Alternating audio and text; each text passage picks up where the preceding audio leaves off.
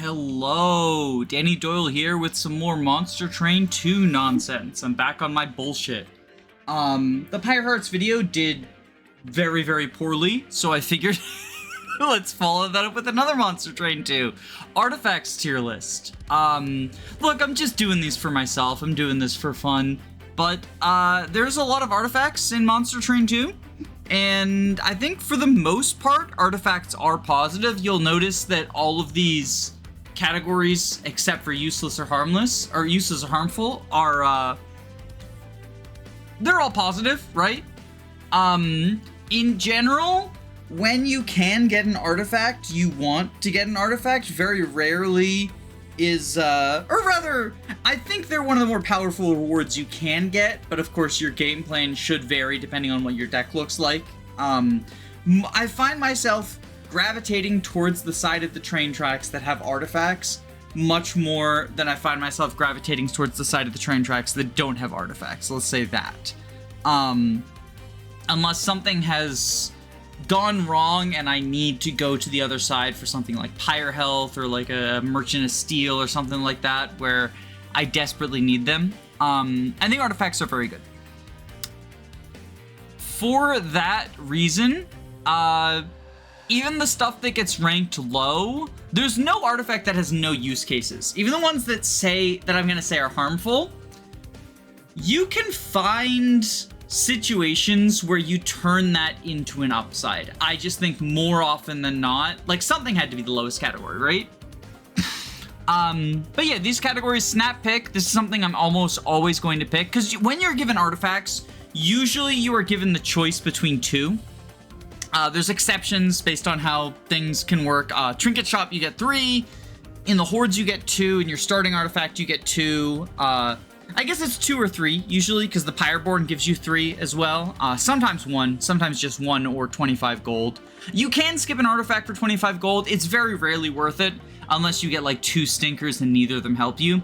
But I think you should almost always pick an artifact over the gold. There's very rarely a reason to skip both artifacts. That being said, snap pick is usually ones where I'm gonna grab them basically no matter what. I have to have a really good reason to go for something other than the snap pick. Very helpful is just, they're very helpful. Good is good. Niche is niche. They're gonna be really, really strong in certain decks, but most decks don't want them or get very little from them. And then useless or harmful are kind of like niche, but with the potential to be harmful or just do nothing. There's not that many that are going to go in this category. I think for the most part, even the weak artifacts are not going to hurt you, but there's some that will. And obviously, if you, even some of the strong ones, you can sort of fuck yourself over with. But yeah, let's start out. I've got these organized by faction.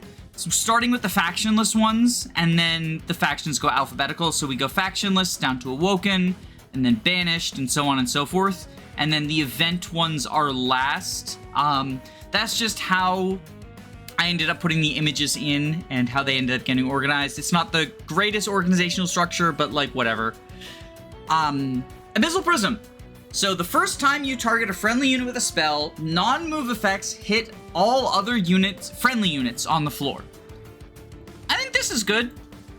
Most clans have something that can benefit from it. You know, damage shield on Umbra, healing on Awoken, Valor on the Banished, Rage from the Hellhorned. And most of the time you're going to get at least one effect that'll benefit from it.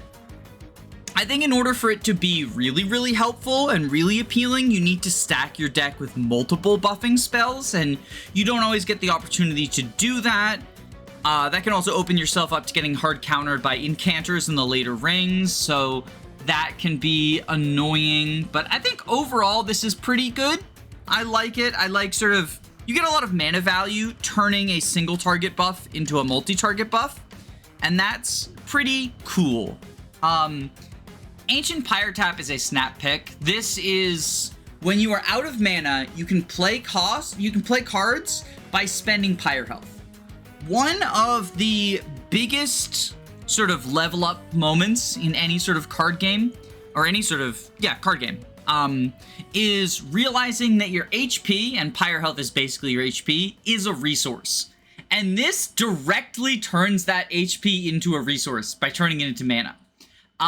Spending your mana to cast, or spending your health to cast extra cards is one of the most broken things you can do in the game. And that's before getting into, like, a lot of artifacts will have, like, synergies with each other. There's some artifacts, or synergies with Pyre Hearts, like Free as Greed, right? There's some artifacts that trigger whenever your Pyre is damaged, and this will, I believe, synergize with them because you're damaging your Pyre in order to spend cards. So it's pretty good, but even without any synergies, just being able to cast extra cards, you will save more health than you spend by casting extra cards, if you're smart about it. Like, don't use it to, like, get out a spawn that's going to die immediately in Under Legion or something, right? But if you're smart about using your Pyre health, you can very easily convert this into more health by getting a faster victory. Or by getting other resources down the road, you know, like as, getting eggs, getting something like that, getting permascaling. You know, it's good. It's very good. Artificial Pyre Stone is 3 extra mana during the deployment, 3 extra Ember during the deployment. I think this is also probably a snap pick. Maybe it's very helpful. Maybe it's just very helpful. It is... So, it can basically make it so you don't feel as pressured to take a mana upgrade going through the first boss. Because with each major boss, each flying boss, you can choose to upgrade mana, pips, or draw. Pips is space. You get like 5 pips up to 7 pips, up to 9 pips. Mana, it just goes 3 to 4 to 5. And draw, it goes 5 to 6 to 7. 6, 7. But in the deployment phase, you get 1 extra mana, right? Deployment is before any of the enemies start marching into your train. This gives you 3 more in deployment, so you get your regular mana plus 4. That is 7 by default. That'll let you deploy basically everything you want for your deployment phase, and then you can focus on taking space, or more importantly, taking draw, which... Draw is a very, very powerful thing to take that oftentimes a lot of decks can't afford to take draw on the first upgrade because they need extra mana for, like, expensive cards or for deploying things out, or they need extra space. There's some clans that are very space hungry. Anytime you can get yourself to skip taking mana and take draw instead without really having a downside, which this does as well, by the way, Ancient Pyre Tap does as well, right? It's very, very strong. Maybe this is snap pick. The one thing is it is only in deployment. And obviously, I should have said this at the start, but, like, I'm assuming that a player is talented enough not to do something super counter-synergistic, like grab Artificial Pyre Stone while they're running Hezreal's Horde with very few deployables, right? So I'm not going to be like, oh, you could screw yourself over by being an absolute idiot. Yeah, you could do that, but you shouldn't, and that shouldn't be factored against the artifact. You know what? I've talked myself into it. I'm gonna upgrade this to snap pick. Artificial Pyre Stone is very good. Attuned Whetstone, another deployment-focused one. And it is draw a random equipment from your deck during deployment phase and reduce its cost to 0. This is another snap pick one. I think it might, So I think I'm gonna start with it just in very helpful because you do kind of have to tune your deck around it to get the most value out of it. If you are running an equipment-focused deck where you want a lot of equipment, you know, like pin cushion, rail forged, anything, that is... The Attuned Whetstone is not going to be super helpful for you because you can't guarantee a specific equipment. But if you just have one very powerful equipment, or you have multiple equipments but only one of them is not deployable, you can guarantee it will always be the one drawn and have its cost reduced to 0, right? This means you can, like, merge together two very expensive equipments to make something powerful and not have to worry about the absurd Ember cost that comes with that, which is really good. It's also worth noting that I believe the cost reduction maintains throughout the game.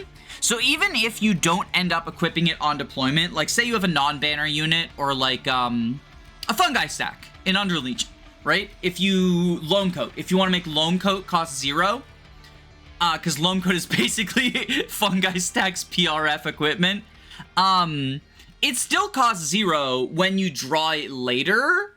Obviously, that's less powerful than just getting it for free during deployment and having it perma-deployed. But it's something to bear in mind is that, like, even if your plan relies on, like, a non-banner unit being equipped to something or a fungi stack being equipped to something or, you know, something like that, or equipping later on to activate Artificer or something like that, like, Attuned Whetstone can still be helpful. But yeah, overall, Attuned Whetstone, very, very helpful. I kind of want to put it in Snap Pick as well, because I feel like this is one that I see it, and I grab it, but in those equipment-focused decks, like, ironically, it's at its worst in the equipment-focused decks, and I think that brings it back down to very helpful. What is this, Breath of Heaven? Yeah, Breath of fucking Heaven. Can we just put this in Harmful? I know, theoretically, and this is what I mean by, like, every artifact is useful, even the ones I say in Harmful. There's theoretically times where, like, Breath of Heaven will save you because it pushes a silencer to the back, or pushes a collector, or not to the front, to the front. I guess I should say what it does.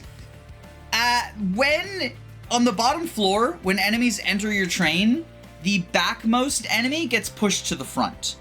And in theory, this is supposed to make it so the squishy enemies are easier to kill, because usually the enemy formation is there's tanky enemies in the front, squishy enemies in the back, and the squishy enemies deal more damage or have some sort of detrimental effect, like silencing your units, healing enemies, you know, stuff like that, and you want to kill them quickly. But the way you kill them quickly is with your spells. You don't kill them quickly by having Breath of Heaven push them to the front. You generally don't actually want to fuck with enemy formations all that much, because the frontmost enemies are the tankiest enemies, and so they're the enemies you need to deal the most damage to.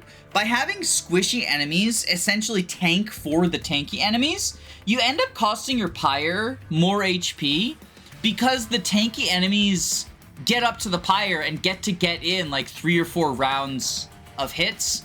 Plus, Breath of Heaven only advances the backmost enemy. It doesn't like fully reverse everything, so you're still not killing most of the squishies. So the Pyre's still gonna take damage from most of the squishies if you don't have another way of getting rid of them, like with spells, like with a sweeper, like with a room effect, like with other artifacts that can get rid of squishies much more easily than Breath of Heaven. So this is just very bad. This is just very bad. I think this will harm you more often than it helps you. I struggle to think of a specific deck that wants Breath of Heaven. And I think if you have a deck that benefits from Breath of Heaven, you have a pretty weak deck, because you don't have a way to deal with backliners, and that should be one of the first questions you answer, is how am I dealing with the backline? Because there's a lot of different ways to be able to deal with the backline, and Breath of Heaven doesn't do it effectively. It gets rid of 1 unit, at most, while preserving the tank's HP. Like, it's pretty bad. Capricious Reflection, I feel like, is also harmful. It is basically, it's Malikia's Shifting Pyre, but as an artifact. Rewards and card packs and banners come with a random upgrade. Just like with Malikia's Shifting Pyre, this is only spells and units. This can't affect rooms, this can't affect equipments, because they are not upgradable except for deployable, which would not be random. However, Capricious Reflection, much like with Malikia's Shifting Pyre, can oftentimes just give you a detrimental upgrade. You know, Endless on a unit who you don't want to be Endless. Holdover. Endless and Holdover are the 2 really detrimental ones, because they will clog up your draws if you have a unit die that you don't want to redraw, or if you have a spell that you don't want, like you want to cast once, but not any, you don't want to cast it every single turn, right? Holdover upgrade is like the most, oh, well, I would love to take this card, but I fucking can't moment of all time. It's really frustrating. But even if you don't get actively detrimental effects, I think that it just adds too much variance, and it can clog up the upgrade slots you would prefer to have on your units and spells. Like, yes, it saves you money, but it saves you money in the most annoying way possible. The one upside is you can sometimes get upgrades that are out of clan, because each clan has their own unique upgrade, the unit upgrade specifically, that only they can get. But Capricious Reflection and Malicious Shifting Pyre can get upgrades from outside of your clan. The clan-specific upgrades are very rarely worth it outside of clan. Oftentimes, they're clan-specific because they have good synergies. You know, you don't want to Wickstone outside of Melting Remnant. You don't really care about the Reanimate outside of Lazarus League because you don't have ways to supplement it. So it's not good, right? I guess Rage is a good one, and Thorns are, like, fine because it's extra HP. But, like, Thorns aren't even good. Capricious Reflection, I really don't like you. I'm glad we're getting some bad ones very early on, because I was worried that with this I would be picking on the Awoken the whole time. There's like a couple of clans with really weak artifacts, and since Awoken comes up first, I was like, oh god, I'm gonna be picking on Awoken. Like, this is gonna be Awoken tier for a while. But no, there's some shitty neutral ones. This, what is this, Holy Water, right? Cleansing Water. 50% chance to remove all buff effects on an enemy when it enters your train. This is another one that feels, I'm not going to say it's useless or harmful. This is niche. If you have a very weak deck, this can help you to sort of power through reanimators that you don't have an answer to. I've had this trigger on Drax the Overblessed, which is very fucking funny, because his whole thing is having all the buffs.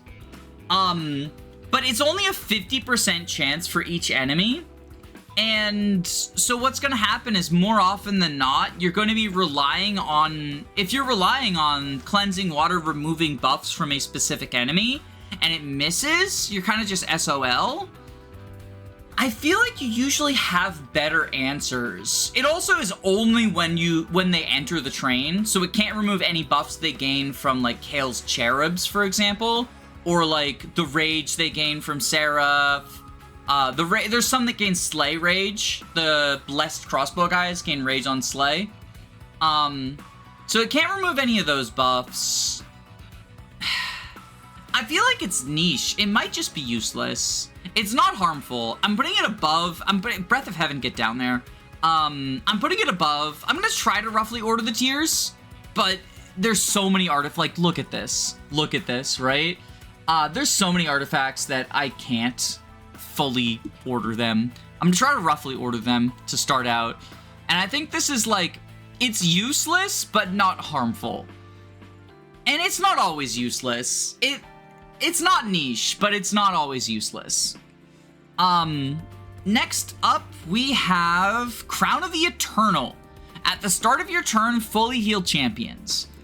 Much like with Attuned Whetstone and Pyrestone, don't assume that Crown of the Eternal is being used on a champion who actually has HP that wants to heal, right?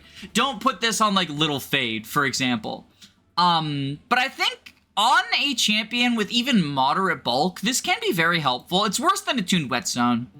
On a very bulky champion, like the Awoken champion whose name I can't remember off the top of my head, or like Gilda, or Boulette or something, right? Well, Boulette's not actually all that bulky. He can be tanky in, like, the rally build, but you know what I mean, right? Like, on a tanky champion, this can be really good. Even on moderately tanky champions, like Boulette, like Lord Penis, it can be fine. This might only be good, actually. It's very champ-specific, And I feel like in the same vein that this is very deck specific, this is champ specific. I'm gonna put it in good. It's very powerful when it's very powerful, but champions are fickle because you can't give them traditional steel shop upgrades. So you have less control over how bulky they are and when they get bulky. You can't just like early on spend money to make someone... Like, one of the nice things about non-champions is you can early on spend a lot of money to make them much more powerful, right? You can't do that with champions. This is one of the few power-ups they can get, but it varies in usefulness. I think good is probably where I want it. Crystallized Wing. Cards that cost 3 or more, or cards with an X cost, have permafrost, which means they're frozen at the end of turn. You don't discard them at the end of turn. You can use them, you know, you hold on to them for however long. I think this is niche. There are a good deal of 3-cost cards that are very situational. There's also just like, if you can't cast it because you have other stuff you need to do, but you don't want to discard it, it can be nice. The thing is, you can't take too many 3-cost cards, or X-cost cards for that matter, because they completely drain your mana, right? You can't take too many of them without your deck becoming kind of a do-nothing. Like, you want lower-cost cards more often than higher-cost ones, right? So this isn't going to impact too many cards. I also don't think Frozen as a status in general is all that strong. It's good on specific cards that want to be cast in specific situations, like more niche cards. But how often those overlap with a 3-cost or an X-cost? Like, I guess some of the spikes.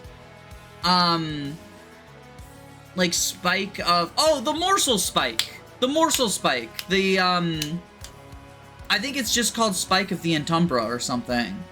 Or Spike of the Umbra. Umbral Spark. Umbral Spike. Whatever. That one, you want to... Being able to freeze it and save it for, like, a minor morsel is nice. I guess damage spells, if you want to save them for the boss, can be good. But, like, how many damage spells that are worth casting cost 3 or more? I guess Heavenfall, if you want to, like... Heavenfall on New Moon? I don't know. It feels very situational. Yeah, I don't like this card very much. It's another one where, like, its highs definitely feel very high, but its lows feel very low. Dante's Footstool. On deployment phase, draw a room card from your deck. Reduces cost to 0. It is just attuned whetstone, but rooms are generally less useful than equipment, in my opinion. Just in terms of, like, the quality, you can't merge them. But everything I said about attuned whetstone applies to Dante's Footstool. You can use it to make very expensive rooms deployable, something like Assembly Line is the one that comes to mind immediately, or Inferno Room. Well, it's a 2-cost, but you know. Inferno Room's a good one to make deployable for 0 cost. Spell Sanctum. Oh, Spell Sanctum is... If you can get a Dante's Footstool Spell Sanctum, that's so good. If only there were an artifact that did that. So this is very helpful. I think it's generally less helpful than Attuned Whetstone. There's just less you can do with it, and a lot of the strongest rooms cost like 1 or 2. Like Mushy Room is 1, Rage Room is 1, or Rage Room is 2. But a lot of the rooms, like a lot of the useful rooms are cheaper than the useful equipments, so you're saving less mana overall as well, but still very, very good. Deepwood Oil! Equipping a unit gives them 10 armor. It's good. It's sort of generically good. I'm never happy about getting Deepwood Oil, but it's not bad enough that it's niche. It's kind of like, oh, that's nice. even in equipment heavy decks, I'm just kind of like, oh, that's nice. That's cool. I like getting extra armor. That's cool. Departure Manifest. Non-banner units have deployable. I think this is niche. I think it's better than the Permafrost one. I think because the decks that want Departure Manifest desperately want Departure Manifest, right? They've got something like a Moon Pixie build going on. They've got... yeah, that's basically it. I'm struggling to think of other non-banner units you'd want deployable. Maybe, like, some of the assistants. Like, not the Edward Scissorhands assistants, but, like, Twisted Back assistant, maybe?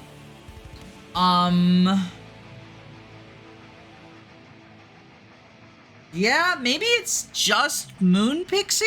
Because a lot of the Cherubs are too expensive. Like Mr. Multi-Strike Cherub. Oh, the Quick Cherub. The Quick Cherub. If the Quick Cherub is your source of quick, then Quick Cherub for like a quick sweep or something, right? So yeah, there's some use cases. The thing is, most non-banner units are not deployable for a reason. Because, like, you don't want to deploy them on deployment phase, right? Think of the imps. You don't want to put imps out when there's no enemies to be affected. Or, like, Edward Scissorhands and stuff, right? Anyone who has a unit as their starter card, suddenly your deploy phase is, like, just clogged up with tons of dregs that you don't fucking care about. So there's a lot of situations where you just can't use it, and it can fuck you over. I'm not going to put it in useless or harmful, because I'm assuming that you know better than to fuck over deployment phase with Edward Scissorhands. And there is a legitimate use case for it in, like, Moon Pixie focused decks. I tend to think Moon Pixie is weaker than a lot of people seem to think it is. I'm just not a fan of Conduit builds and Spellslinger builds in general, unfortunately.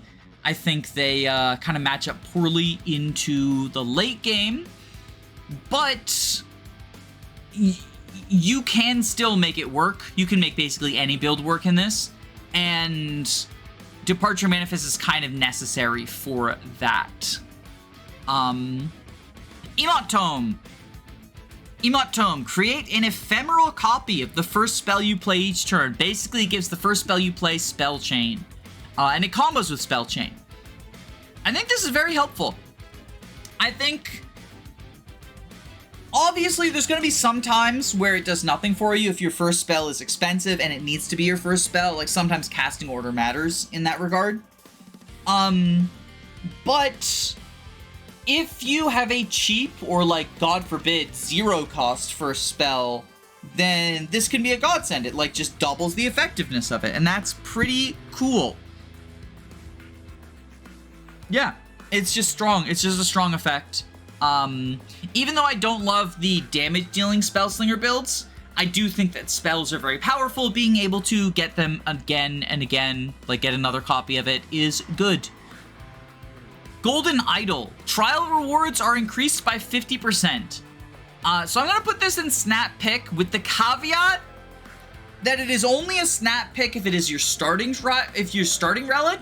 But it is so good if it is your starting relic because of the amount of money it makes you that... and you can pick it later as well. I think it's a lot weaker the later in the game it gets.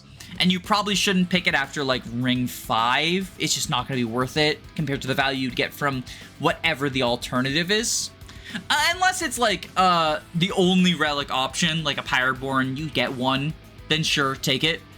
But generally, I think this is a snap pick because it's early on. Same with the guild marker. That is merchant costs are reduced by 25%. Same caveat. I think this is easier to pick later because you go on big shopping sprees in the Ring 7 and 8, in my experience. So I like it a little bit better than Golden Idol, but they're both really, really good. And I really like them both. Jack Strips. Deal 3 piercing damage whenever an enemy unit moves between floors. I like Jack Strips a lot. I want to say it's very helpful, but in my heart of hearts, I know it's just good. This is a way of getting rid of backliners. However, it doesn't work if you're playing bottom floor, and this game really wants you to play bottom floor. Unless you... And also doesn't scale super well into the late game, because a lot of backliners will have like 5 HP instead of 3. So in Ring 7 and 8, unless you're facing Entropy, it's pretty bad. It's good against Entropy. It's good in the mid game. It's very good in the early game. It makes Trial of Invasion free, which is very funny. Maybe it's niche. I like Jack Strips a lot. I pick it a lot because I like it, but I recognize it's not super strong. I'm gonna put it in niche. Yeah, I think, unfortunately, I have to put it in niche. Alright, next is Judge's Scales. This is the first, or I guess the Holy Water is also useless. This is useless. So this is on deployment phase. You can discard any number of cards and then draw that many cards.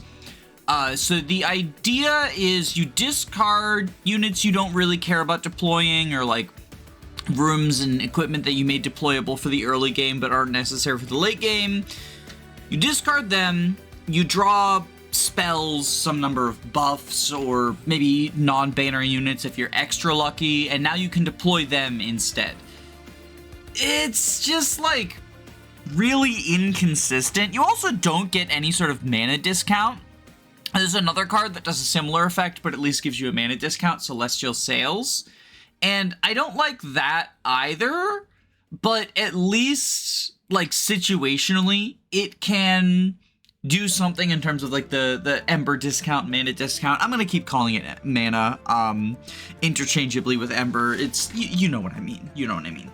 But, yeah, I really don't like Judge's Scales. I know in the perfect world, you're like, okay, I'm gonna discard my Shield Stewards because for some reason I haven't purged them from the deck. And then I'm gonna draw up fucking, I don't know, the perfect buff spell that I need. I'm gonna draw up the Hymnists that I need. I'm gonna draw up Moon Pixie. I'll draw Moon Pixie, right?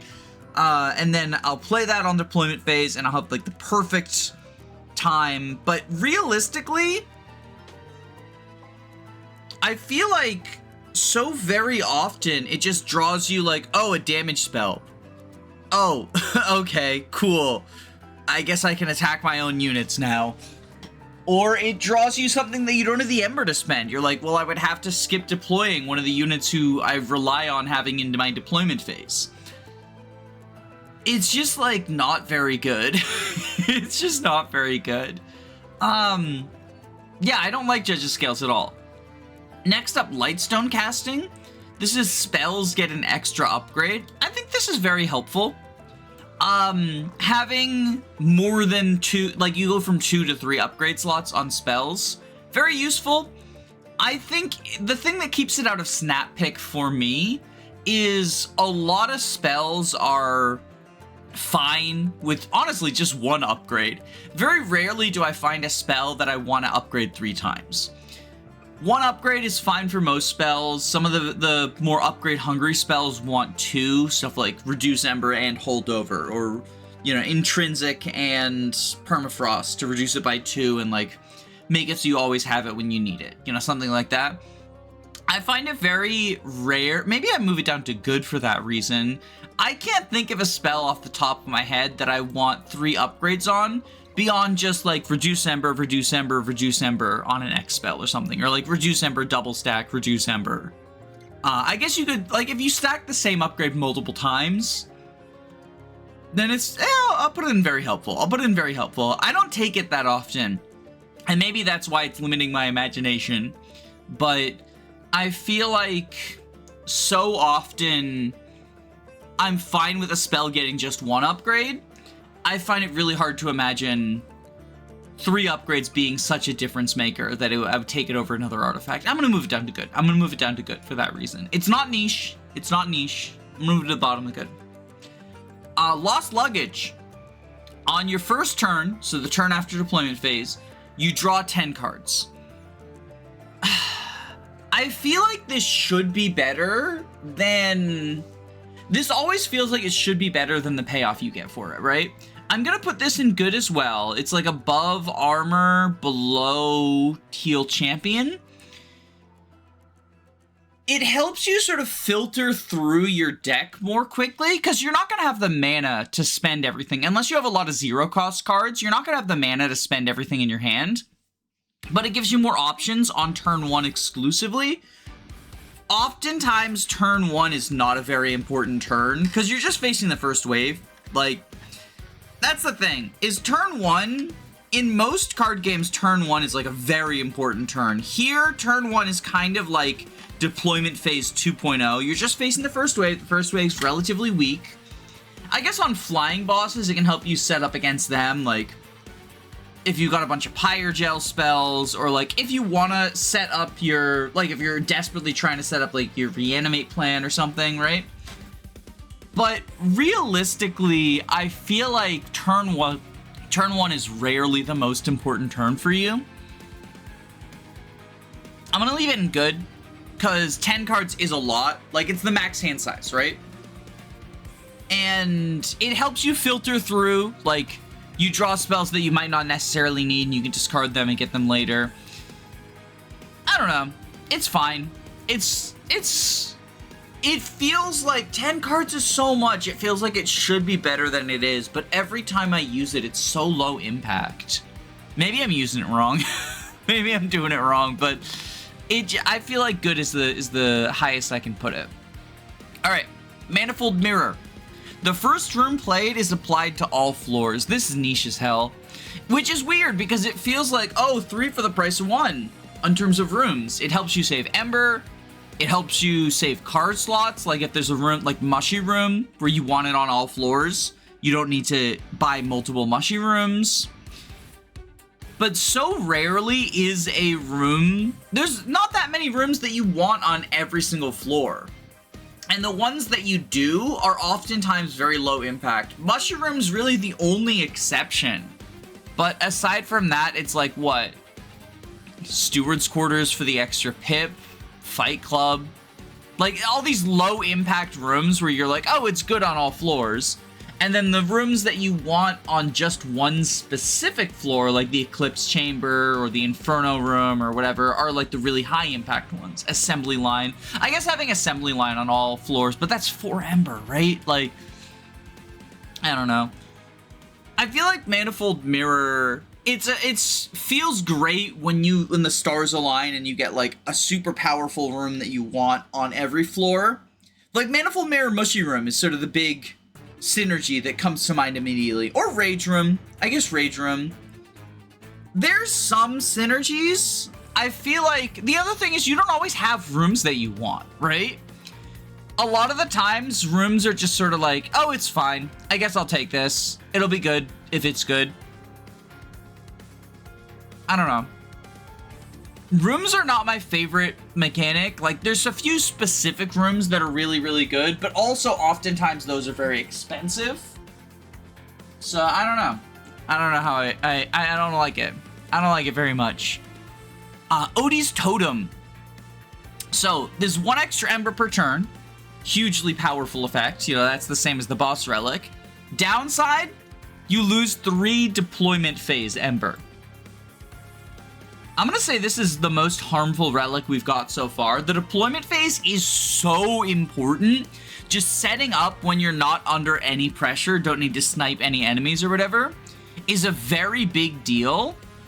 There's an entire pyre focused around the deployment phase. That's how important deployment phase is, right? And this basically eliminates it. You get 1 Ember in your deployment phase, because by default you get 4, right?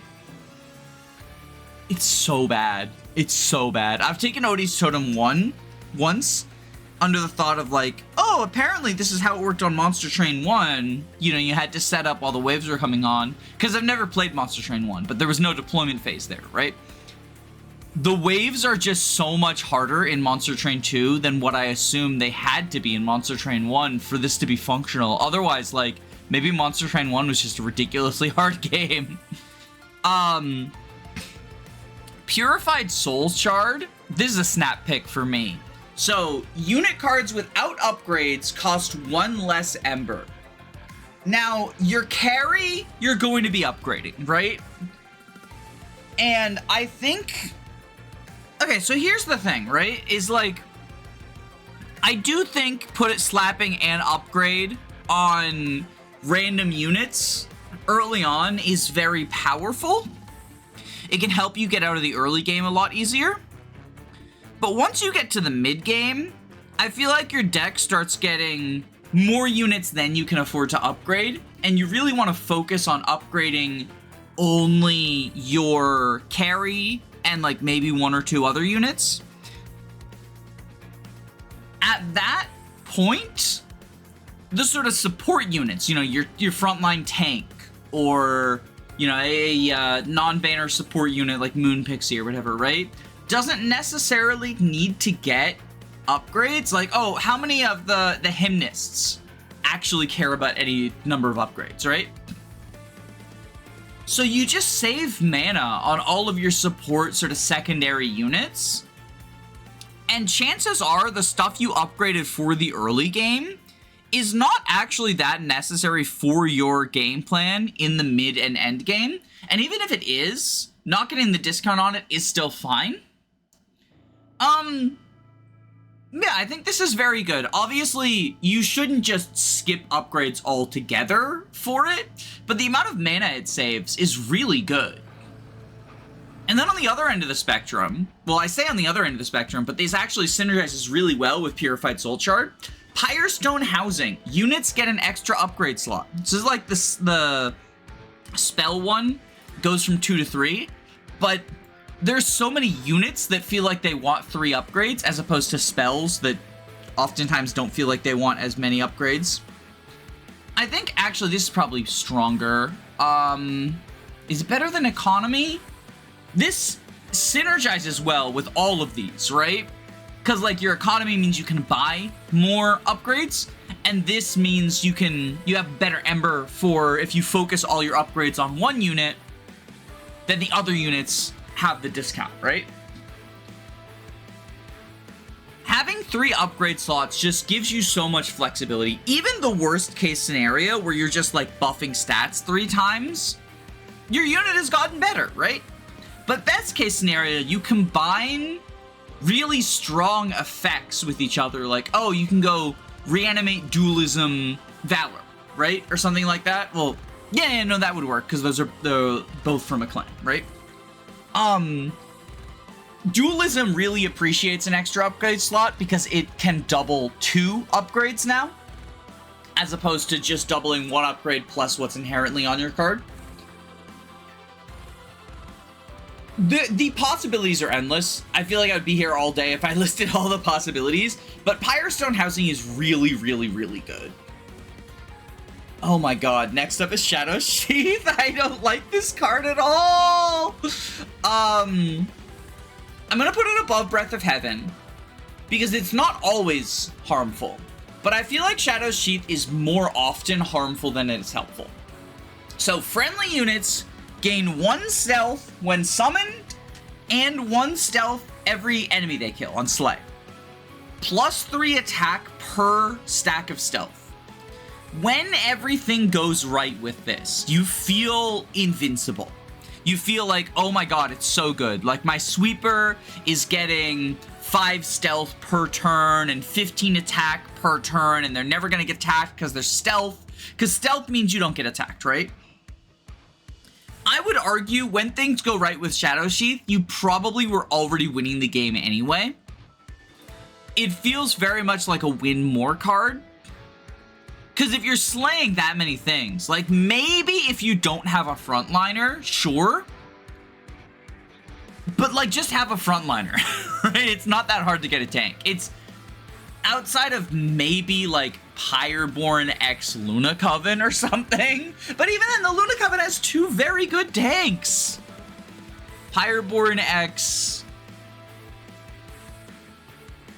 I don't know. I can't think of anyone. Like, the thing is, the few clans that don't have that many good tanks have a lot of chump blockers. Like Pyreborn, you can chump block with whelps, right? Shadow Sheath stops you from using chump blockers. It can make it so if your tank is getting stealthy but your backline isn't getting kills for one reason or another, right? Your tank gets a kill but the backline doesn't. Then suddenly enemies just walk past your tank and kill the backline. It is so bad to have uncontrolled stealth. And it is uncontrolled because at the end of the day, you can't control which of your units are necessarily getting kills. You can do some stuff to sort of influence it, you know, give people quick, give more attack boosts to people, but it is largely, or not largely, but it is partially out of your control, right? And it's something you can't get rid of once you get it. Shadow Sheath has messed up multiple runs for me, and rather than like others where you can sort of mess it up if you play poorly, I feel like Shadow Sheath, and maybe this is a skill issue on my part, but I feel like it is more likely to mess up a run down the line, even if it helps you early, without anything you can really do to influence that, right? If just the enemy formation comes in and it just so happens to be bad for you in terms of how the slays end up, it's just unfortunate. Shattered Halo? Clan cards offer only rares. Clan card draft offer only rares. This is very helpful. I'm gonna put this in very helpful instead of snap pick. Rare, and the main reason is that rares are not necessarily better than commons. For a lot of clans, there are cards that their entire game plan can revolve around that are uncommon, and they're uncommon specifically because they want you to be able to get them early, because commons show up early, rares show up the later you are, right? Now, on average, rares are higher impact, which does not always mean better, but it does mean higher impact. And I think being able to see your sort of higher impact cards early on can be helpful. But it does mean missing out on some build-arounds potential. Like, you can't get a Loam Coat if you pick Shatter Halo as your first pick. And the later it goes, the less useful Shattered Halo is, because in the late game, you're getting rares anyway. So, I think it's still very helpful. Clan dependent, obviously, and game plan dependent. Your game plan will look very different. When I was trying to get every card mastered, which mastered means if you finish the game with it, right? Then this was very helpful for me just to see those last couple of rare cards. But overall, I don't think it's a snap pick. I could even see dropping it down to good, because missing that potential. I do think it's very powerful situationally. Sinner's Salve, that's good. Blights and Scourges cost 0. It's just nice. It makes it so Embers are easier to pick. Yeah, I'm going to put it at the top of good. Embers are easier to pick. Shards are basically harmless now. It's fine. Like, it's obviously very fucking good with Pyre of Entropy. And if Pyre of Entropy were the only Pyre in the game, it would be a snap pick. I'm tempted to put it in a snap pick because Pyre of Entropy is my favorite Pyre. But I think, you know, we're not assuming Pyre of Entropy, right? And in a standard run, it's just good. It's also very, very strong with Dante, because there you want as many Blights and Scourges as possible. So obviously getting them to cost 0 is very nice. But again, Dante is like, oh, we found a way to broke Dante, right? Sketches of Salvation. So on the turn after deployment phase, summon a random unit from your deck on each floor. I think this is good. I think this is good. Probably above Sinner's Salve. You do have to build around it. You have to get rid of all your Train Stewards. But this can force specific non-banner units. If you only have one unit to get summoned, you know it's going to be on the bottom floor. If you only have two, you know it's going to be on the bottom and middle, because it goes bottom, middle, top. You can force specific units to get summoned on specific floors, and this can sort of get around the non-banner restriction. It's not quite as good at that as Departure Manifex, which I'm noticing now I put in niche. I guess the thing that elevates this to good for me, I'm gonna move it down. I'm gonna move it down to like here. I think the thing that elevates this to good for me is it saves mana. Worst case scenario, if you haven't really built your deck around it, you can just get free units. And I don't love the variance in that situation. But best case scenario, you have like a multi-strike Hymnist and you don't have to spend 4 mana for it. So the ceiling is a lot higher than non-banner units have deployable. But the floor is also higher. Like the floor here is just like whatever. I flood my deck. Oh, that's the other thing, is like this can fucking fuck up your deploy phase. But this one can't. This can just be like, the floor is, oh, I got a couple of dregs out of my deck for free. Cool. Don't take this if you have dregs and whelps, I guess, is the big thing. Like, don't take this if you have assistance, dregs, and whelps. The other thing is the sketches always sends them to the back of the row. So don't take it if you have, like, someone you want to die. Like a dreg, like an assistant. You know, you don't want to do that. Split Anvil is a snap pick for me. This might be one of the best relics in my opinion. So when you play a spell, spells in hand that cost less are reduced to 0. This lets you take expensive spells and not suffer the consequence of them being the only spell you cast, you know? Something like Heavenfall for 4 mana, a bunch of 3 mana spells are really good.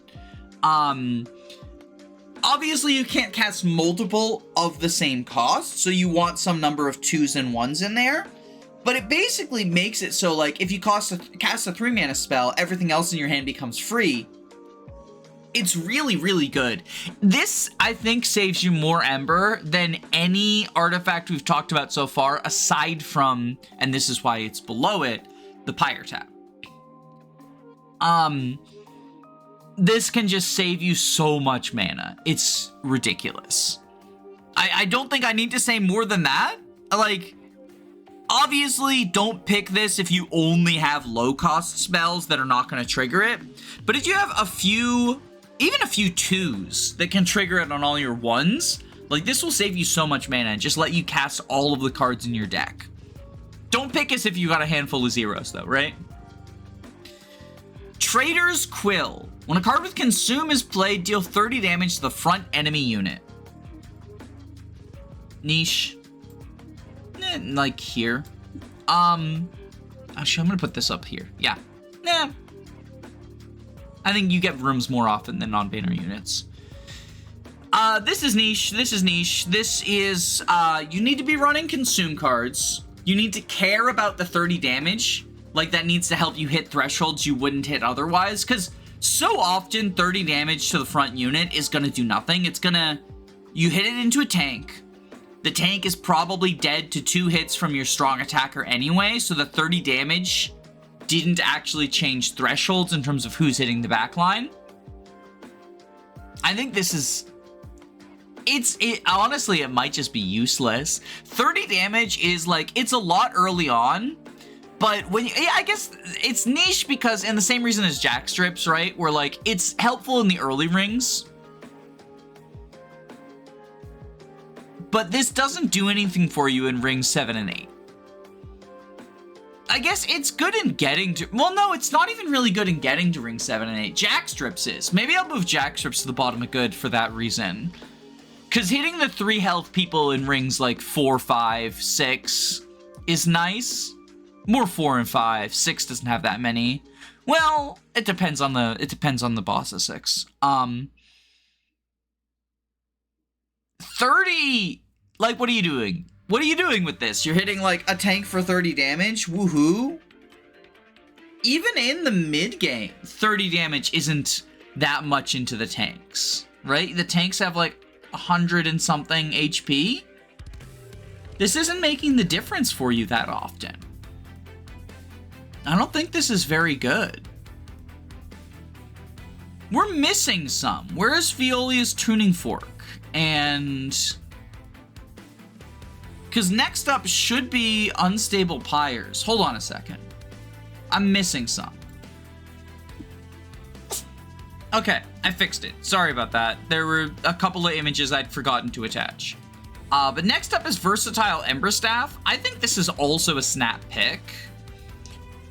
Maybe this is influenced somewhat by my love of Pyre of Entropy, because you get more Scourges there. But this is when you play 3 different types of cards, draw 1, and gain 1 Ember. That is a very strong effect. Draw an extra card and gain more mana to play it with, right? If you have a lot of cheap cards, the condition is a little bit much to reach. You need creature, spell, room, 3 of. Creature, spell, room, blight, scourge, and equipment, right? It can be a little much to reach. I think maybe it goes down to very helpful, because it's a little bit difficult to activate depending on your deck. You do kind of have to build towards it. But if you're running like an equipment build, it's fairly easy. If you're running Pyre of Entropy, it's fairly easy. Yeah, let's put this here. I think this is probably just very helpful. It's a snap pick for me because I go Pyre of Entropy so often. But it's a very, very nice effect. Actual snap pick and staying there is Void Fragment. This is another economy card. At the end of battle, purge a card. If you get this early on, you never have to pay to purge stuff.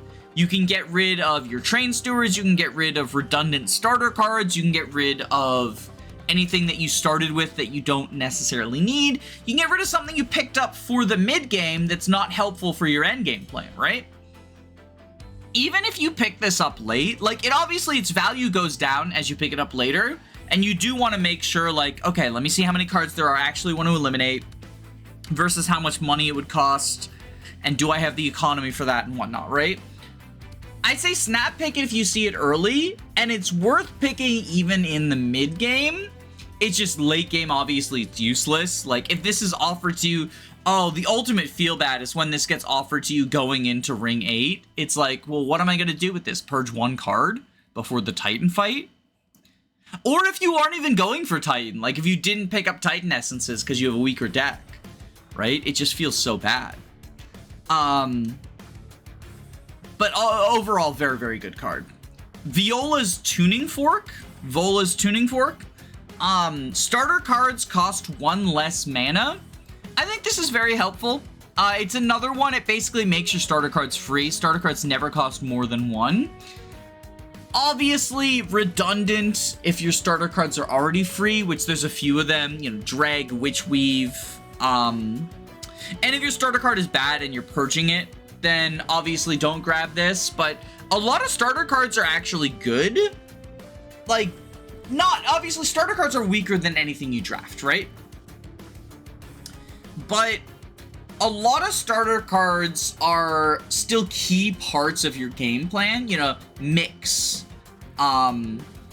fucking the Spawn card for the Underlegion, Green Recruit, not Green Recruit, fucking Eager Conscript, stuff like that, right? Where it's like, this is a key part of your game plan. Less so for some others, you know, like Pyre Sparks, Torch, or not, Firestarter, Torch, those sorts of things are less key parts of your game plan, but it's still nice to just have the extra effect for free. And I think it's very strong. It saves you a lot in terms of Ember. It can let you take a draw upgrade anytime you can take a draw upgrade instead of an Ember upgrade. Because the problem with taking a draw upgrade without any way to save Ember is so often you end up drawing more cards than you can spend, which is fine. It's just kind of a feel bad moment. This is good though. This is good. Oh, I put them in the wrong order. Unstable Pyre Stars should have been the first one I talked about in this section. I think this is usually useless or harmful. I'm gonna put it at the top because it's close to being niche. It's maybe I put it in niche because it's useful early, like if you get this for ring 1, but like I'd rather have an artifact that's not good in just ring 1, right? I'm gonna put this in useless and harmful. This gives your Shield Steward and Spear Steward the Boom ability, which lets them kill themselves to deal 50 damage. 50 is a lot of damage early on, it's not so much later on. And you shouldn't be running Spear Steward and Shield Steward for that long anyway. Even if you get like Steward's Quarters, they don't scale super well. And like Boom doesn't synergize with Steward's Quarters because like then they die. It synergizes with like fucking Primitive Mold. Get these cards out of your deck. You should be removing them from your deck. Like as soon as you have a tank and a damage dealer, you don't need the Stewards anymore. You should be removing them relatively quickly if your economy can afford it. Which is why you take trials, right? So that your economy can afford it. Alright, controversial one, Volatile Gauge. So when you draw any card except for your champion, its cost gets randomized between 0 and 3, but +2 draw. +2 draw is a lot. +2 draw is a lot. This... oh my god. I think I have to put this in niche. I want to put it in harmful because of the number of times it screwed me over. Just by being like, sorry, the card you absolutely desperately need to cast this turn is 3 cost now. Go fuck yourself. It is good if you can build around it though, right? +2 draw is a lot.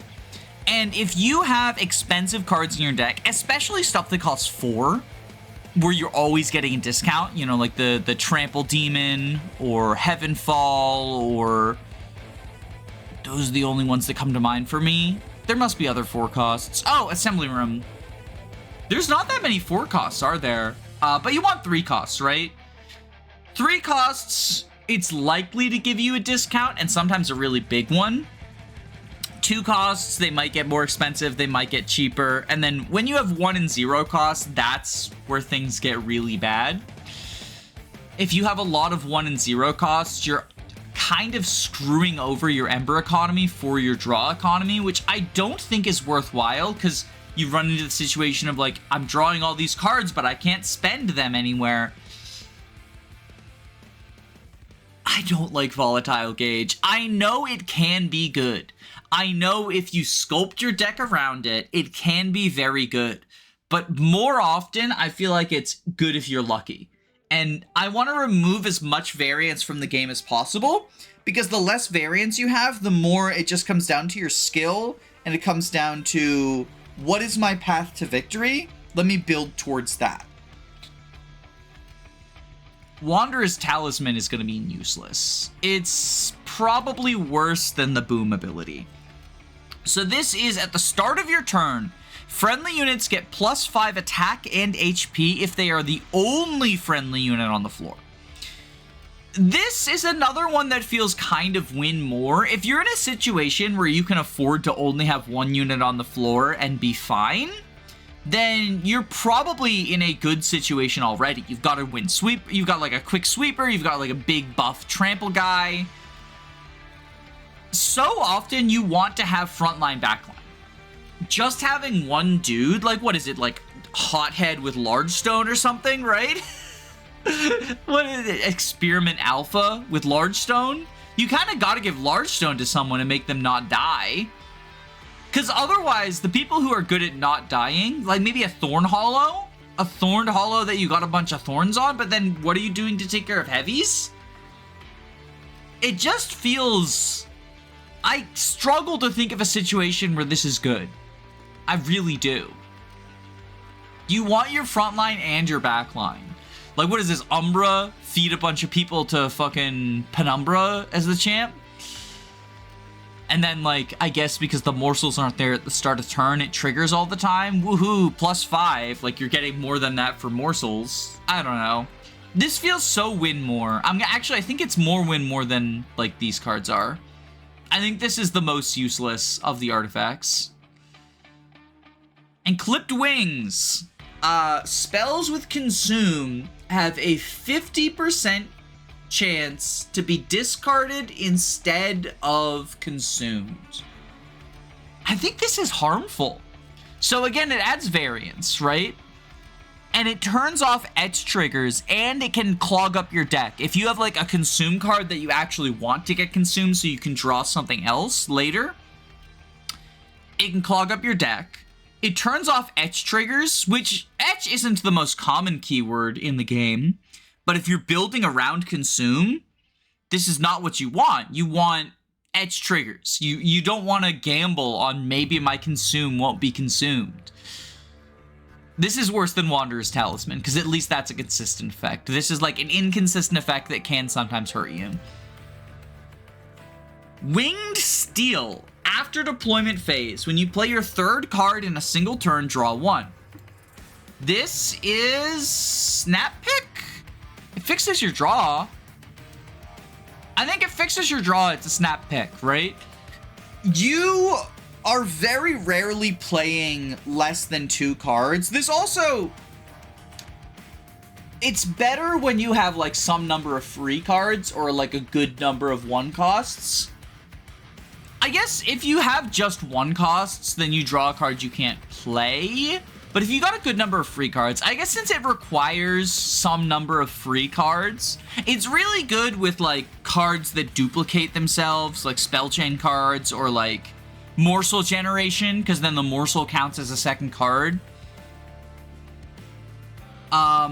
Preserved Thorns, because then you get all of them off of the Preserved Thorns. There's some good synergies with it, but I think it's just very helpful because you want some number of free cards to make this work. And like there's certain clans have a lot of free cards. But overall, I think the reliance on free cards makes this a little bit under Snap Pick. I still probably pick it more often than I should. Because I like the extra draw. Speaking of clans that have a lot of free cards, oh boy, it's the Awoken. Let me scroll down to their artifacts, because I don't have all of them memorized, because most of them are pretty bad. Sting spells get plus 20 power for Channel Heart. Niche. I don't like the Sting build. It's like Thorn Mother, Preserved Thorns, that's it. I think this is niche. I'm tempted to put it in useless or harmful.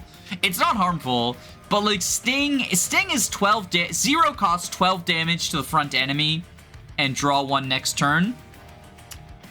Oftentimes I throw off Sting, not for the damage, but just for the extra draw. And the 12 magic power is not doing much for that. I don't like the Sting build that much because if you go all in on Sting and you get like a bunch of Sting and Sting generation spells, then sure you're drawing a bunch, but then all you're drawing is Stings, right? Like you clog your deck with Sting cards and the extra draw kind of just offsets that. And then it's just, oh, I guess I'm dealing 12 damage occasionally. Woohoo. So this turns it into 32 damage occasionally, which is... What is that, a Trader's Quill? Cursed Vines. At the start of turn, add a Vine Grasp with Ephemeral to your hand. Vine Grasp is deal 3 damage and advance the unit. This is another niche one. I think I like this better than Channel Heart, because it can help you pick off like problematic backliners, except for it can't really, because most problematic backliners have more than 3 HP. I guess it's like... This is like Breath of Heaven, if Breath of Heaven wasn't bad. Because this lets you be like, oh, I actually want this specific backliner in the front. And you can do it. And then when you don't want it, you just like deal 3 damage to a random heavy, which does fucking nothing. Maybe this is worse than Channel Heart. Maybe this is worse than Channel Heart. You get an incant off if you care about that. God, this clan. Emblem of the Exiles. At the start of turn, front friendly unit on the floor gains plus 15 HP. I think this is actually very helpful, even if it's just the bottom end of very helpful. Your front friendly unit is your tank. They appreciate the extra 15 HP. Getting it consistently and not having any condition I mean, this is just a better game than Wanderer's Talisman without the Wanderer's Talisman downside. I guess you don't get attack, but your front unit doesn't care about their attack usually. They are tanking stuff, right? It's their back line is doing the attacks. So, this is very good. Gnarled Root, +1 attack per stack of spikes. This is usually useless. Spikes builds are not very good. And let's throw Petrified Crucible down there as well. Spikes deal +1 damage. It's worse, because I like the extra attack. Because then, like, Sharpen actually does, like, extra attack compared to just attack and thorns. Yeah, Spikes builds are just not really where it's at. I did a playthrough with Thorned Hollow. I did a playthrough with, like, a super powered up Thorned Hollow. And that was very fun. Spikes builds can be fun, but they're not very good, unfortunately. Priory's Cloak. When a unit is healed, deal damage to the front enemy equal to the amount healed. I think this is actually probably good, but just barely. You do a lot of healing in the Awoken, and oftentimes it means that Priory's Cloak can deal, like, a good amount of damage to the tank, the enemy tank, just from healing up your tank. And that's pretty cool. Like, the passive damage from this adds up to more than the other artifacts we've talked about. Actually, this is probably better than Jackstrips. Because Jackstrips gets it to frontliners in, like, early rings, but not late rings. This helps chip down tanks in every ring. Root Split Mask. Apply Rooted 1 to enemies when they enter in the Pyre Room. Rooted means they don't advance the next time they would climb up, or they don't move the next time they would move, which is usually they don't climb up the next time they would climb up, with very few exceptions. This is, I think, niche. Very bottom of niche. If you are in a situation where Root Split Mask saved you, you had a very weak deck to begin with. Most of the time, you should be able to kill enemies before they enter the Pyre Room. And if you can't, I doubt an extra round of combat on the top floor is going to make a difference unless you set up your main floor on the top floor, which is its own problem because then you're kind of fucked against the boss. And this doesn't affect bosses. So unless you're like strong and relentless, weak on waves, Root Split Max isn't doing anything for you. And I think more often you're the other way around. Sap Tap is our only snap pick from Awoken, and I think it's actually like probably here. First time a friendly unit is healed, draw 1. This just reads draw 1. Because if you're in Awoken, you are healing units every single turn. Even Exiled Awoken, who doesn't get healing as their starting card, is probably healing units every single turn. It gets worse if you're exiled, but like Root Seed draws you cards anyway, so Sap Tap isn't as big a deal there. But if you're an Awoken, you're like, this just reads draw 1. This just reads draw 1. It's so good. Bloating Fungus. Regen restores 1 health per stack. Regen is, I just said you're healing every single turn. And regen is part of that, but I feel like it's the weakest part of that.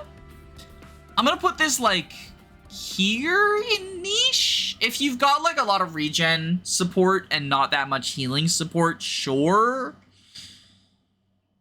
Thorn Casting. Sting spells get +10 magic power and piercing. I don't understand this one. I don't understand why they just made a card that's just a worse version. Like, they have so much fucking Thorn support. And Thorn Fruit. Add a Sting to your card every turn. Oh my god. So, Thorn Casting. The problem with Thorn Casting is +10 in piercing, unless it's specifically against those shield guys, isn't doing anything. Because most tanks do not actually care about the piercing.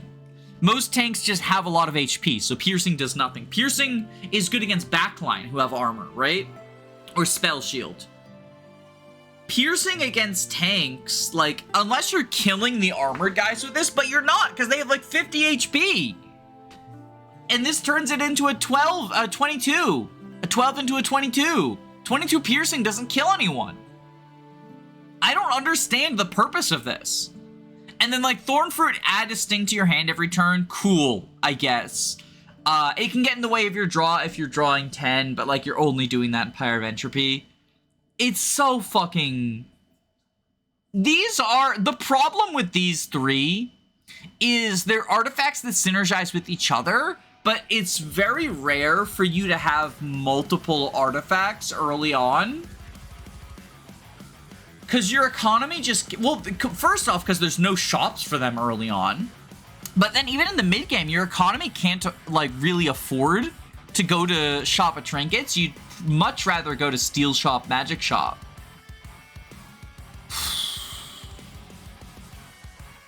So, like, these really only come into effect in the final ring when you get the trinket shop at the end. But then, they're not useful because sting spells are not good in Ring A. Oh my god. Maybe I put this in useless. It's like, I think this is worse than the Thorn cards. Yeah, this is bad. Awoken does not have good artifacts. Like, it's Sap Tap or Bust, basically. This thing's good. This thing's okay. Yeah. It's basically Sap Tap or Bust. Banished next. I gotta scroll to them real quick. Okay. Ancient Pinion. When Angel moves, it gains 2 Valor. I mean, you like moving Angels in Banished. 2 Valor is... It's an amount. It's not a lot, but it's an amount. Blood of the Apex. Permanently add +2 to a unit's equipment on Slay. Oh, I have beef with Blood of the Apex because this impacts enemy-only equipments as well, I believe. And that's annoying.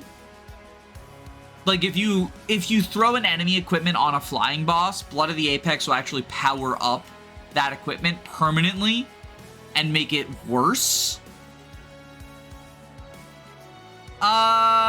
It is good, though. I have beef with it, but it is good. It's like, about here, I think.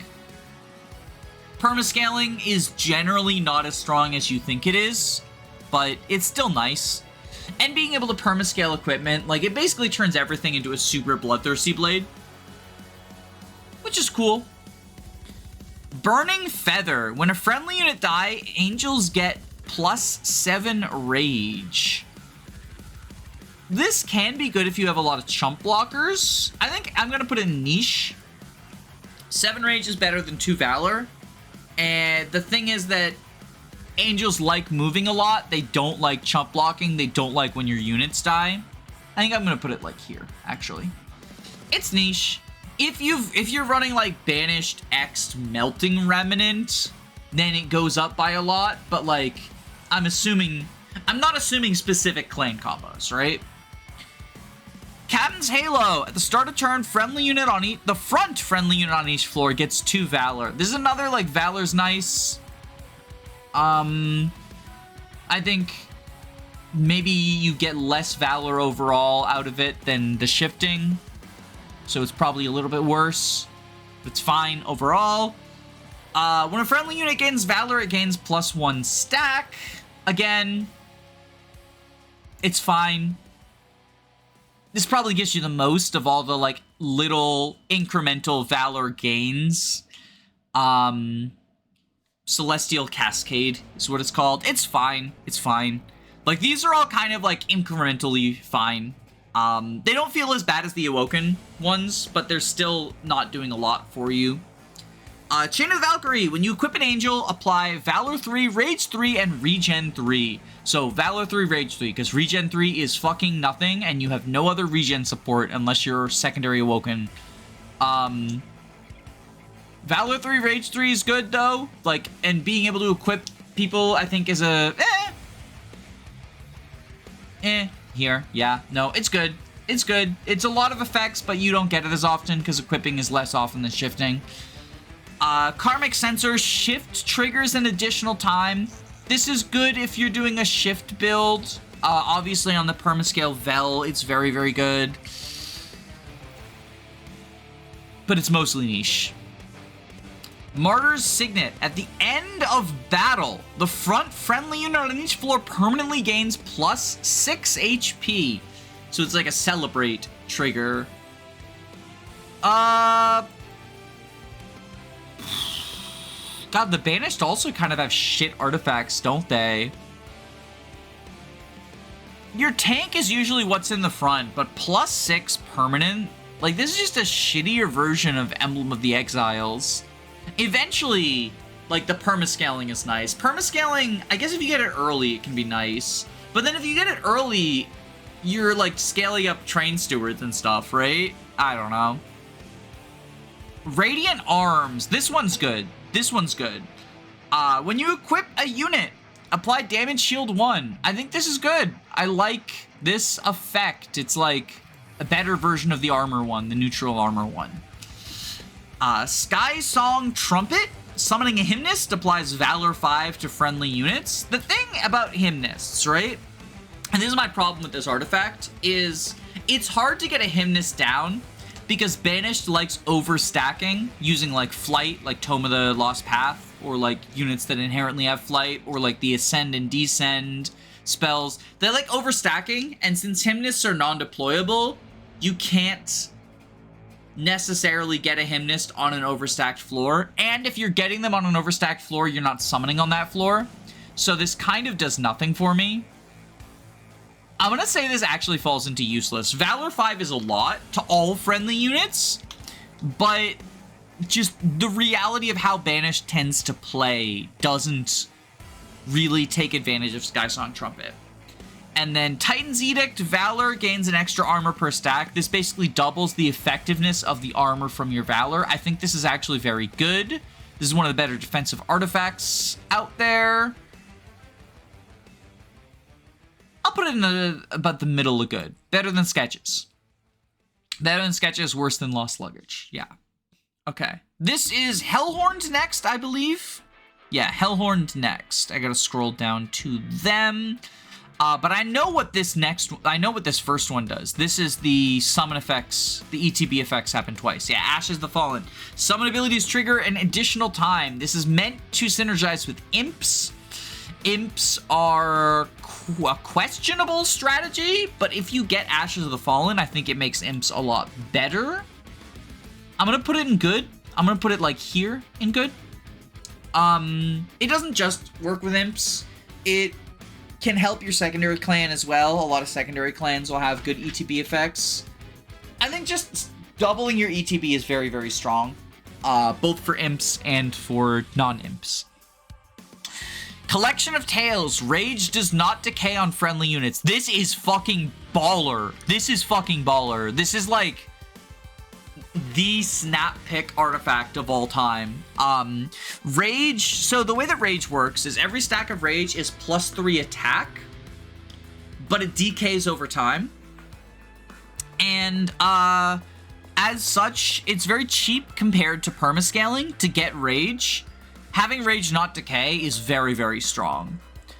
Consumed Crown. Friendly units gain +3 attack on Slay. If you watch my Pyreheart tier list, you know I don't love these on Slay a little bit of extra attack effects. I think this is niche. It can often feel win more if you've got like a sweeper who's getting a bunch of kills anyway. It's cool, but it's kind of win more. And if you don't have a sweeper or trampler or like hothead or something who's getting a lot of kills on its own, then you're spreading out the attack too much and it doesn't really benefit you that much. It's better than Pyre of Dominion or Pyre of Savagery, but overall just not very good. Gurg's Goad. Demons get multi-strike. Demons are the primary combat units for the Hellhorned. Multi-strike 1 is a good effect. I think this is very helpful. I think this is like here. The only problem is a lot of the demons can be like questionable, but if you have a demon as your carry, it's very good. If you've got a lot of demons, it's very good. It's very good. I'm gonna put it under Dante's Footstool actually, and under Volus Turning Fork. Yeah, this seems, it's very helpful. Like multi-strike, it lets you hit a second time, right? It's very good. Obviously, if like you're doing Horned Demon, it's less good, but any of the other demons, it's very good on, and I like it. Impsicle. At the start of your turn, add a random imp to your hand. The imps are all ETB. They're like all little 1/1s with ETB effects. The fact that it's random is a little bit annoying. It's random, and a lot of the imps do not have great effects. Really, the only imps that I like the effects of are Fledgling Imp, gives everyone rage. The, whatchamacallit imp, the Transcend Imp is obviously good. It copies all the previous ETB effects. And I like Pyre Chomper, gives you 4 extra mana. All the other ones feel very low impact. The 10 damage to everyone imp can be useful early on, but it just doesn't scale for the rest of the backline. And Queen's Impling is garbage. This Welder Helper is 20 armor to the front unit, and it doesn't feel like enough. Plus, you want your imps to be the front units because they're little chump blockers, right? And I feel like I'm missing an imp. Oh, the get a consumed spellback imp. Random consumed spellback imp. So like it's random into random, because you randomly get it from Impsicle, and then you randomly get a consumed spellback that you might not even have, or you might not even care about. I think this is niche, honestly. It's too much variance for me. If you've got like a Consumer of Crowns or Imp Parade build going on, or not Imp Parade, Imperialist for the Shardtails Queens. If you're like building around that, then sure, it can do some cool stuff, but overall, I think this is pretty niche. Put it under Volatile Gauge. Queen's Tail. When you summon your first imp each turn, gain 1 Ember and draw 1 card. This is very helpful. Extra Ember, extra card. Even if the imp effects are not super helpful, it makes the imps basically free because most of them are 1 cost. Transcend Imp is the only one that's 2 cost. So it basically just lets you cycle your imps if you have imps, get like minor effects. If you have the, like, it synergizes very well with this, obviously. It synergizes very well with Volta's Tuning Fork. If you've got like the Queen's Impling. Yeah, it's pretty... Maybe I'll knock it down to good, because you really need it, or, oh, not you. You really need a synergy to make it work. Knock it down to good. Worst case scenario, it makes your Fledgling Imps kind of free. And that's cool. Put it like here. Yeah. Railhammer. Friendly unit gains armor. It gets +4 stacks. This is also just nice. It helps with tanking. 4 armor is not a lot, but it adds up over time if you have a very armor-centric build. If you've got, like, the guy who gives 6 armor to everyone, for example. Or if you've got, like, a lot of Welder Helpers because you're coping Welder Helper, or, you know, anything like that. It stacks up. Resonant Shard. Rage grants an extra attack per stack. This is good. This is, like, here, probably. I don't know. Scorched Steel. Friendly units enter with 5 armor. 5 armor is just not a lot. It very rarely actually helps, I think. It's like, if you've got a very big armor build going, this can be a piece of it, but it's another one that, like, the thing about the artifacts that synergize with each other is, like I said with the Thorns, you just don't get a lot of them together very often. Yeah, 5 armor. Entering with 5 armor just one time. Maybe also the Railhammer goes down because of that. Because it, like, on its own, it's not that great. Scorching Restraints. Friendly units enter with Rage 3. This, it's good if you've got a lot of Rage support. It wears off very quickly, but it stops other Rage from wearing off. I don't know. It's probably good. Like here. And then the Unbroken Horn is very fucking good. I think this is a snap pick. Ember doesn't decay. You can serve it between turns and deployment. This is very, very good if you've got a turn where if you got like a lot of expensive cards, but you don't necessarily need to spend them every single turn, it can be very good. If you don't have a lot of draw, but you do have a lot of Ember, then you can cast everything every turn. I don't know, I really like Unbroken Horn.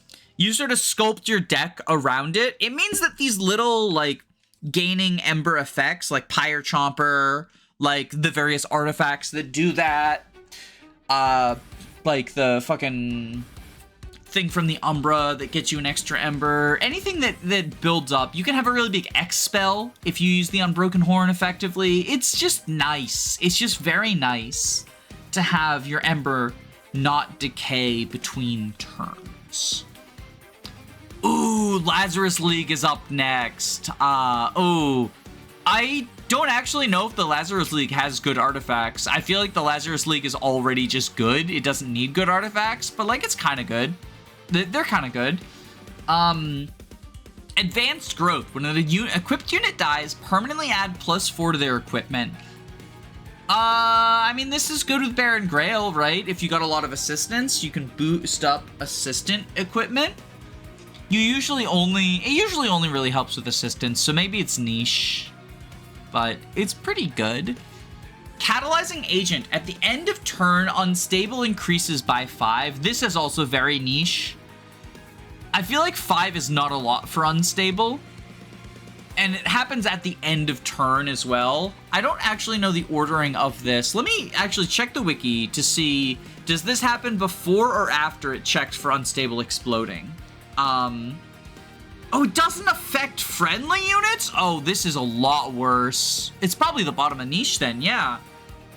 This doesn't affect friendly units. That's bad. That seems very bad. No friendly units, and it goes after it checks if Unstable kills. That's like the worst of both worlds. Monstrosities enter with 7 spikes. I don't know what the fuck you're supposed to do with this. Because there's like not that much spike support. It's like Pseudoscience and Faulty Body. What the fuck are you supposed to do with this card? It's like... And like, what monstrosities do you care about having spikes on? I guess the 2 armored ones who like reanimate, like the guy who gets 40 armor on reanimate, and the guy who spreads 12 armor to everyone when he dies. Like, those guys are good with the spikes, but... God, it's not harmful, so I'm putting it here. But this is such a nothing burger effect. Yeah, it's like, whatever. Okay, maybe they do have bad artifacts. Oh, Frenzia! Frenzy Styzia. First time, each turn, a friendly unit is equipped, gain 1 Ember. Yeah, that seems pretty good. I like gaining Ember. I like equipping my units in Lazarus League. Oh, Hair of the Hybrid is good. Equipping a unit under half health gives them 10 armor, which is nothing. But over half health, 5 rage. I think this is very helpful, bordering on a snap pick for me. 5 rage for equipping a unit. The only reason it's not a snap pick is half the time you don't care about equipping people in Lazarus League. Like, half the time you're just on the mix build. And in that situation, like, mix, reanimate, go burr. But if you're doing Baron Grail, this is very, very good. Like, very, very, very good. And honestly, the 10 armor, while it feels like it's nothing, it can be helpful in the early rings. Ignis Beaker, mix gives 3 options instead of 2. It's good. It's good. This can help ensure that you don't end up missing what you want. Like, you get all the rage, you get all the reanimate. Those are generally the options you want. Or damage shield on the red. Don't really care about purple and blue mixes all that much, but this also means that you never have to settle for the purple and blue as your only options. Life Insurer. Friendly units gain 14 armor after reviving with reanimate. This is good. This helps your reanimators, your frontline reanimators, conserve their stacks of reanimate. Because oftentimes 14 armor is enough to eat 1 hit, so it basically doubles the amount of reanimate you have. That's very good. Unstable explosions deal twice as much damage. This feels very fucking niche. I like unstable a lot. It's better than the fucking increase by 5. I like unstable a lot, but usually if a frontliner is exploding with unstable, it's killing everything anyway. And if backline is exploding with unstable, then it wasn't dealing that much damage. This is good on friendly units who have unstable, which is like Overworked Assistant and that one Orichi path, the incant one. That's about it. Or no, not the incant one, the reanimate one. Reanimating himself and exploding himself, right? I don't know. It's like fine. I don't love it though. Part Factory. On deployment phase, add a random graft unit to your hand. This is another one that's kind of niche because it has too much variance for my taste. I'm gonna put it like here. Sometimes you'll get the nuts, like sometimes you get the twisted back guy who's who you want, but sometimes you get like Sanguine Assistant or fucking Puffer Skin Assistant, and like that, then you just hate yourself. Progress Peacemaker. The first time you mix each turn, mix a second time. So the problem with this is if you get stuck with the purple blue as your first mix, then it's basically wasted. But if you can mix a red or a green, I don't know, I think it's pretty good. I like it less than Igna's Beaker. I'm gonna put it like right next to it. The mixed ones sort of go on themselves. And then equipping a unit restores it to full HP. This is nice. This is good. It's good on equip builds. It's good on like Pincushion. It's good on like the Hydra Armed Horror. Just being able to like heal up is pretty cool. There's not a lot of healing support in Lazarus League. Mostly because they like just using Reanimate instead. But I don't know. It's nice. It's fine. Okay, the Lazarus League has a even mix of artifacts. That's pretty cool for them. Luna Coven. Astrologer's Orrery. The first time it becomes full moon, gain 1 Ember. This usually just reads as 1 extra Ember. I think that's a snap pick. If you don't have any phase support, it's worse. But I don't know, it's still good. On deployment phase, draw a non-damage spell from your deck. It costs 1 less. I think this is niche. No, I think it's good. I think this is good. I don't like using it, but I feel like I'm just sort of biased against it. I gotta zoom out a little. There we go. I feel like I'm biased against it because it's a playstyle I don't really enjoy, but I think it's still pretty good. Put it up like above the healing ones. You draw up like a buffing spell and get it for free. You draw up like, I don't know, a channel song, get a fucking non-banner unit for free. Like there's some cool stuff you can do with it. It's still random. I don't like adding randomness, and I think that's why I'm biased against it. But it's fine. It does stuff. It's cool. Cycle of Circles, or Circle of Cycles. Restore 10 health to lowest HP friendly unit on Moon Cycle. What the fuck is the point of this? Why are you restoring health to your low HP units instead of your tanks, right? Like, it's like, this is like bad, right? This is like really bad. I don't understand the point of this. Even in like a super moon cycle build, like what's the point? Phase Nook, Faye gain Conduit 1 and +5 attack on moon cycle. If you have a very Conduit 1. If you have a very Faye focused deck, the thing is the Faye are non-deployable, so you need some way to get them out early. The only Faye that's deployable is Ethereal Seelie, and unless you can get the Fae out early, this isn't going to trigger as many times as you want, even with Moon Cycle support. I think this is kind of niche. It's a very strong effect when you can get it to go off. but oftentimes you just can't get it to go off as much as you would like. Like, it needs support from other artifacts or outside of clan stuff. Kingdom's Tears increase healing from spells by 10. This is another niche one. Like, it's nice to heal with your healing spells, and they do have a good amount of healing spells, and they have the heal convert to armor spells. Maybe this is actually good.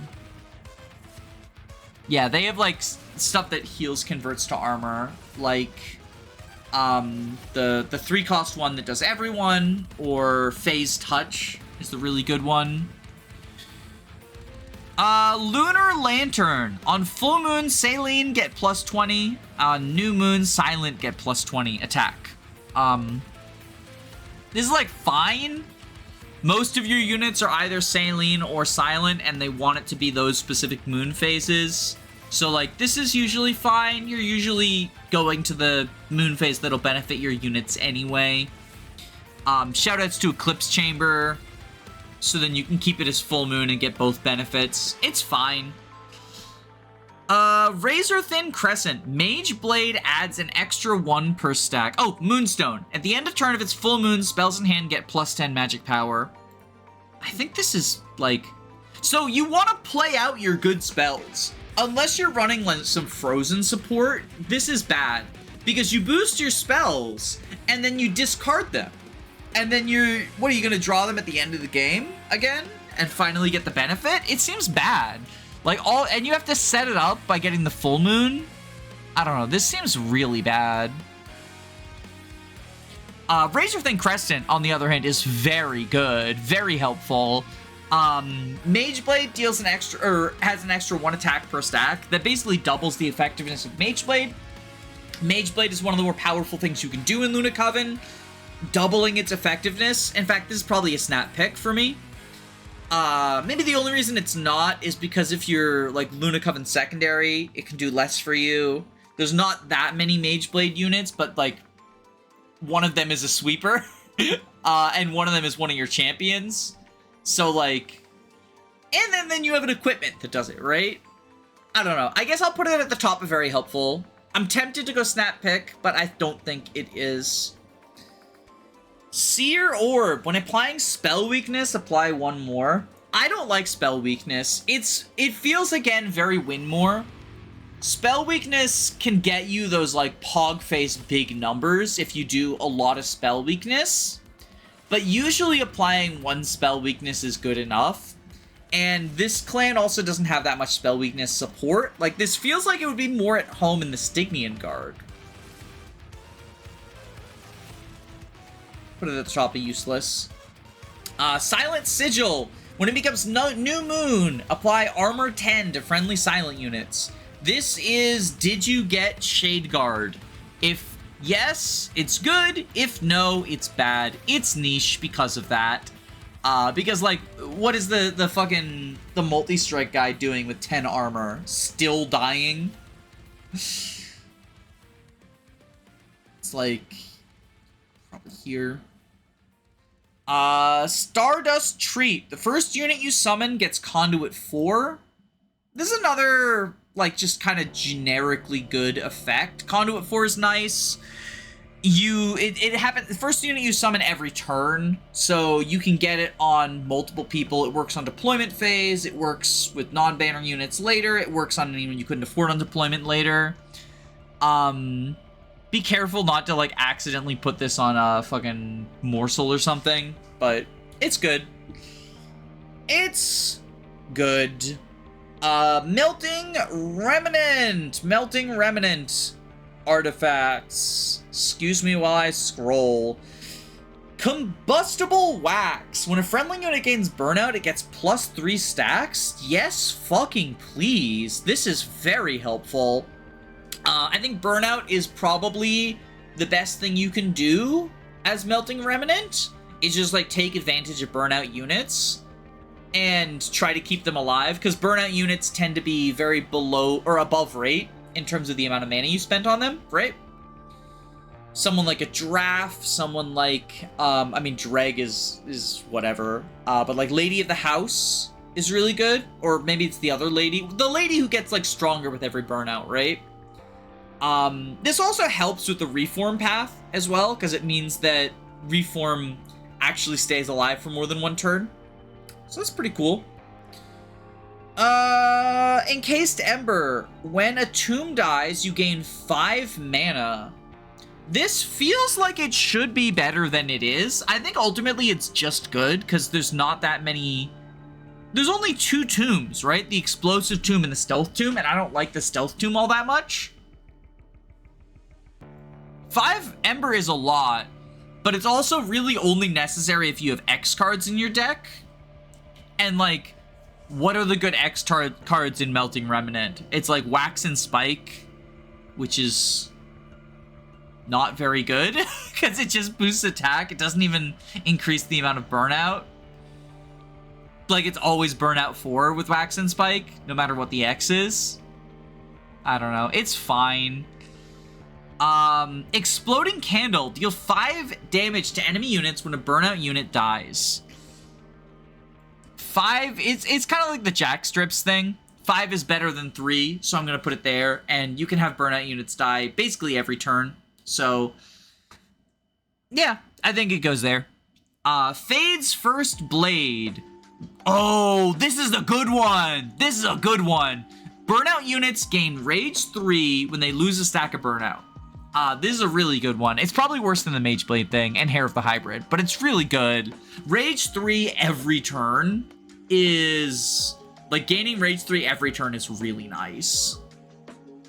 Flicker's Liquor. After deployment phase, when you play a unit, a random card in hand is reduced to 0 until discarded. This is good. It saves you on mana if you're playing out, like, dregs and stuff. That's kind of all I have to say about it. It's like, it saves you mana if you play out dregs. Or drafts, or, like, other burnout units. And you don't want to deploy burnout units anyway, so... I mean, I think most burnout units aren't deployable, except for the ladies. But, yeah. No, it's good. Melting Spout. Tomb units get plus 30 attack and burnout 1. So it lets tombs sort of act as like a wall instead of a chump blocker. I don't actually like this that much because I like throwing down tombs on the upper floors. So I'm going to put it in niche because, like, I can understand the logic is like you want tombs in the front anyway. And this lets them act as walls instead of chump blockers, but also still die. But I don't know. It feels bad. It feels bad to not be able to throw a tomb on the mid floor when there's no one there, or like throw a tomb on the top floor when there's no one there. I don't love it that much. Memorial Fund. Gain 5 gold when a friendly unit dies. This fixes your economy pretty well. I like this a lot. I'm gonna put it like here. Put it here. 5 gold isn't a lot, but the Melting Remnant has units die pretty frequently. So it adds up over time. This can really power up your economy. Not to the same extent as like the neutral economy ones, which is why I don't have it in Snap Pick, but I still think it's very good. Mold Bracers. Oh, here we go. It's a fucking reform time. Okay. Mold Bracers. Friendly units apply 5 armor to the front friendly unit on Extinguish. It's fine. I thought this was a different one. I thought this was Resin Block. This is like niche. Resin Block. When a friendly unit dies, it gets plus 10 attack. This is for reform shenanigans. This is niche. I find very rarely am I sending myself on the reform path. Even when I have Little Fade, I prefer like endless Little Fade. I guess this also helps with endless if you're not reforming. But as we're about to talk about, I don't actually like the endless all that much in Melting Remnant. Voltive Key, I think, is genuinely harmful. So Voltive Key, apply endless to the first friendly unit played each turn. This is going to clog up your draws so quickly. Because an endless unit, when they die, they get put on top of your deck. Which means you're drawing them again, and if they were dying, they probably weren't all that good to begin with, unless it was like a tank. And like applying endless to your tank can be nice, like it lets you keep your tank alive And maybe if the tank dies but the backliner doesn't, the tank can keep the backline alive.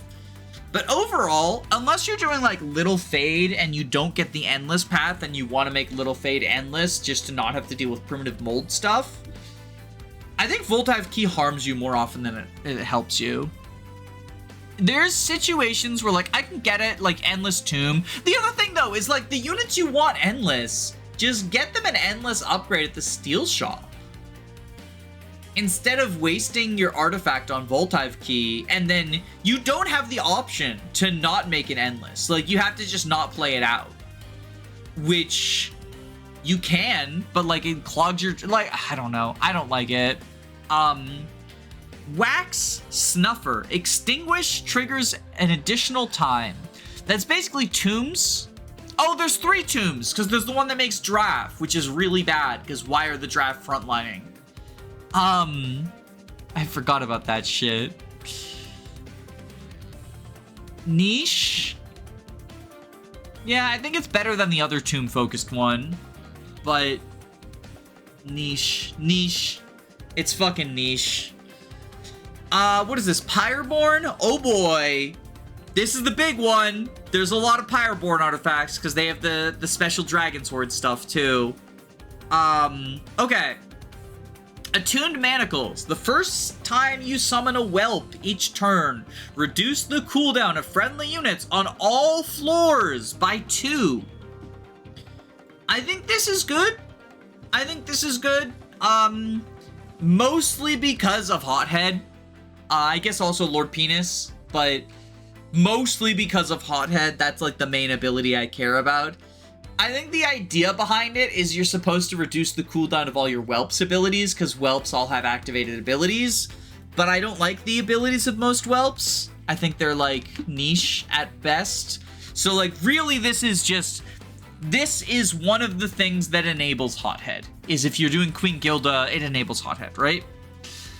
Expanded Coffers, increase your max eggs by 3. This is part of the puzzle to get boss artifacts quickly.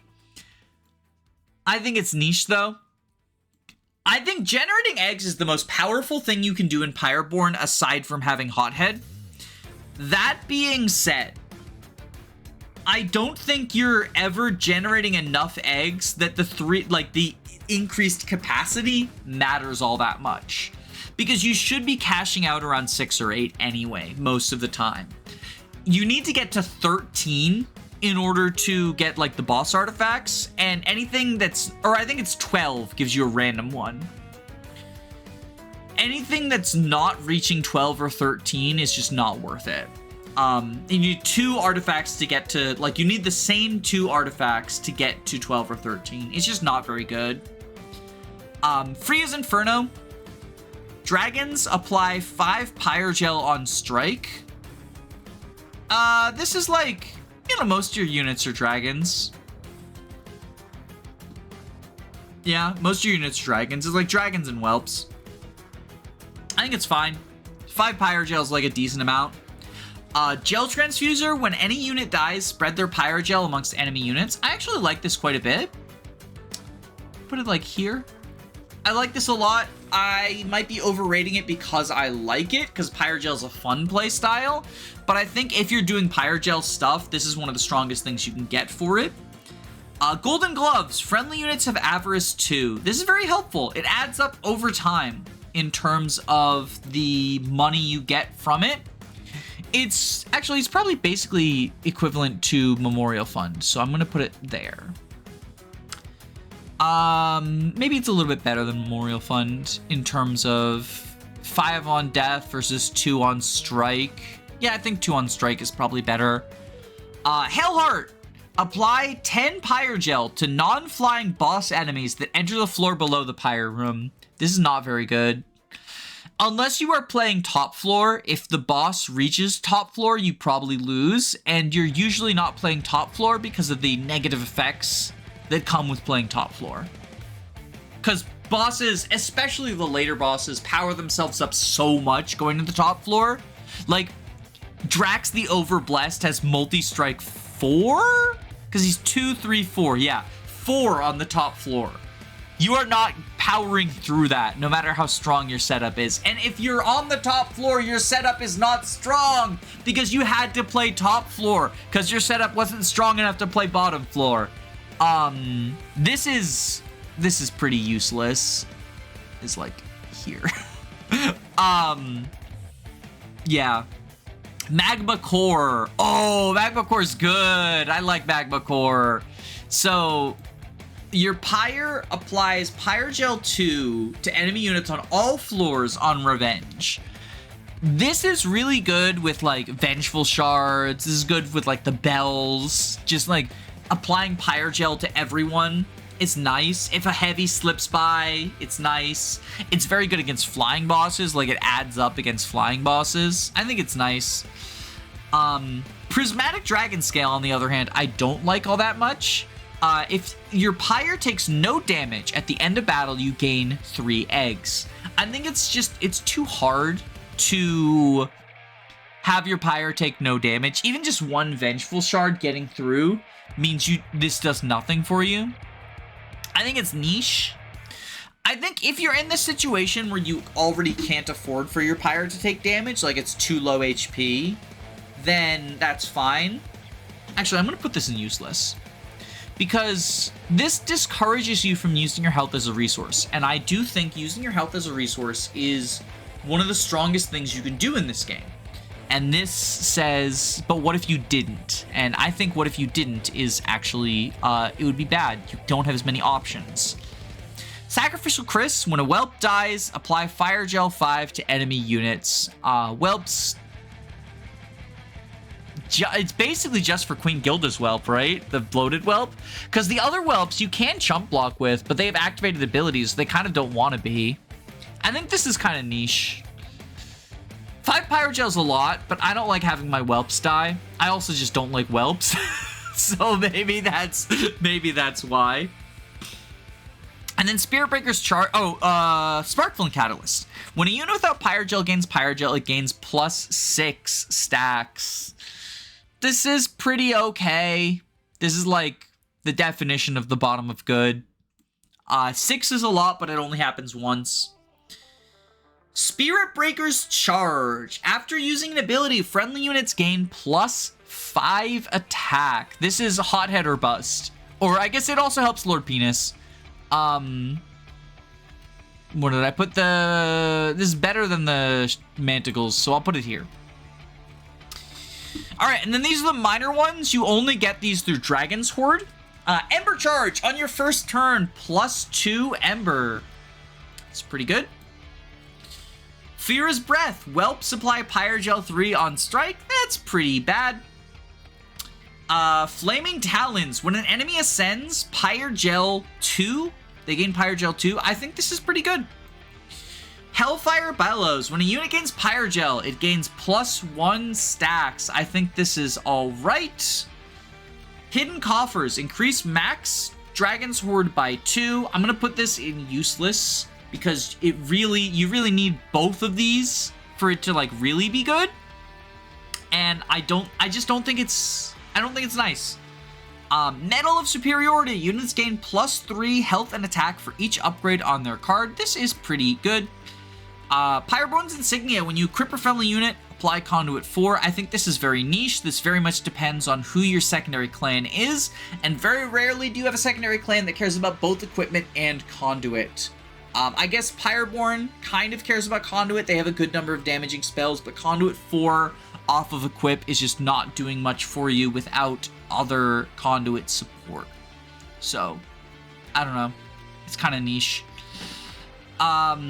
After using an ability, friendly units gain armor 3. I like this one quite a bit. I'm going to put it here. No. I'm going to put it like here. Yeah, that's better. Sharpened Teeth. Dragons and whelps gain +8 attack. It blows my mind that this is a minor one because that's like all your units, but I'll put it here. And then spells gain +3 damage for each upgrade on their card. Really only works if you have a lot of damaging spells, which Pyreborn does. But I often don't find myself upgrading damaging spells, and +3 is not a lot for spells. I'm going to put it here. Taskmaster's Lash. When a unit is damaged, reduce its cooldown by 1. When you damage your own unit. When you damage your own unit, reduces cooldown by 1. I don't like this very much. Which is weird, because all of the other hothead ones I do like. But the thing is, damaging your own units in Pyreborn usually involves Firestarter, which is giving them Pyregel, which is like, it's a recipe for disaster.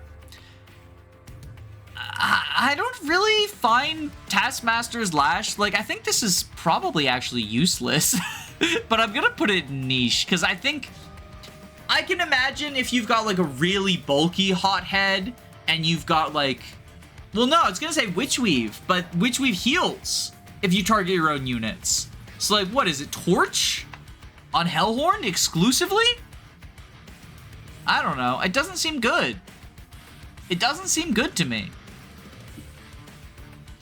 Alright, moving on to the Rail Forged. We have the Broken Rail. When you forge a unit or equipment, grant +2 HP for each forge point spent. I think this is pretty good. I think this is pretty good. It helps to, like, forging is nice.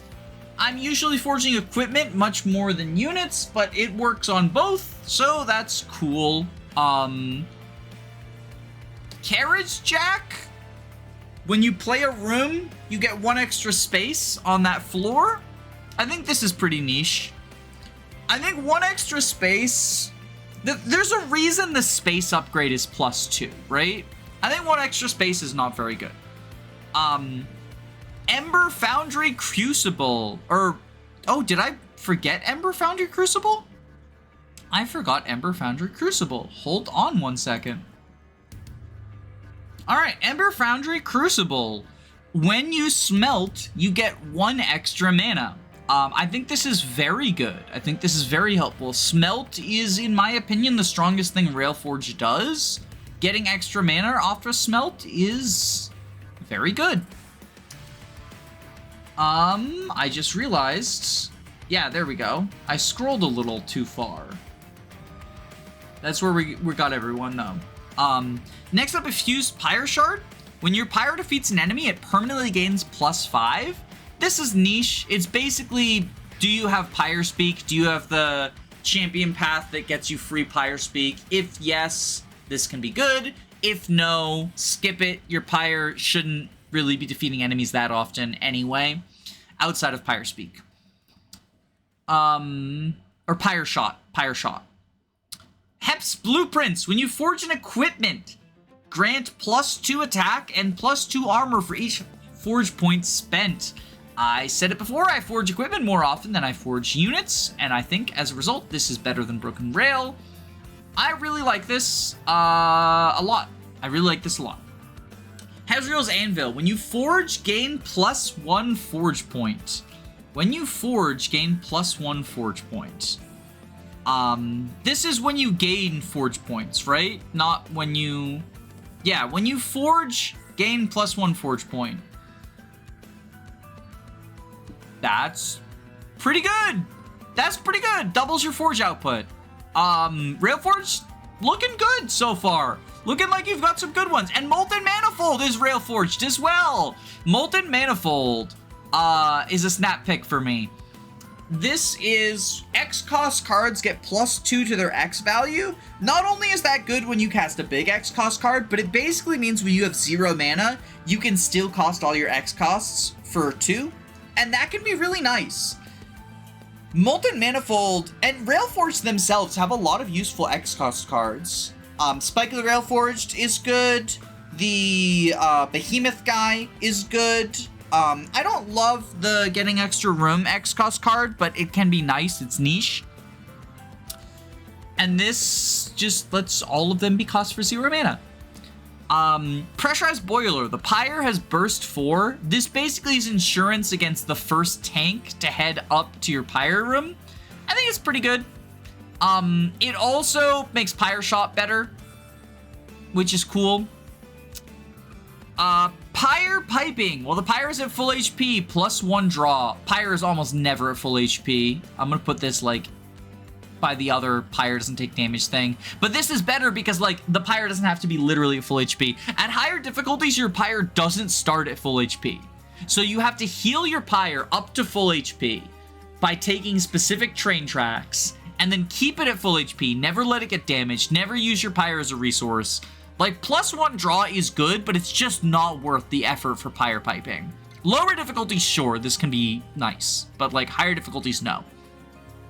Steel Stockpile. Conserve up to 10 forge points between battles. This is the only artifact in the game I've never used, but it seems like it'd be pretty good. Maybe I'm completely off base, but it seems I end most of my Pyreborn Relentlesses with some number of forge points. Or Railforged, not Pyreborn, Railforged Relentlesses with some number of forge points, and being able to save 10 of those would be pretty cool. It would let me use forge points on deployable, so that's neat. Turning gear, friendly units end with burst 1. I don't like bursts that much. I'm gonna put it in niche, like here, roughly. There's so many artifacts now that like these orderings are very rough now. But yeah, I don't like burst that much. It's multi-strike that wears off as soon as you use it. I don't think it's very good. I don't think it's very good. It's obviously cheaper to get than multi-strike. You know, turning gear is a primary example of that. There would never be an artifact that says all units get multi-strike 1. Oh, wait. Demons get multi-strike 1 exists. So like that's the thing about burst, is it's usually not actually all that much cheaper than multi-strike. Like the idea is it's cheaper than multi-strike because it's a lot worse, but realistically it's usually not all that much cheaper. And oftentimes it comes with very big downsides, like the burst glove. We have Umbra next. Oh, did I forget? No, this isn't Umbra, this is Stygian Guard. A forgotten name. When you play your third spell of the turn, all cards get +1 magic power for the rest of this battle. That's pretty good.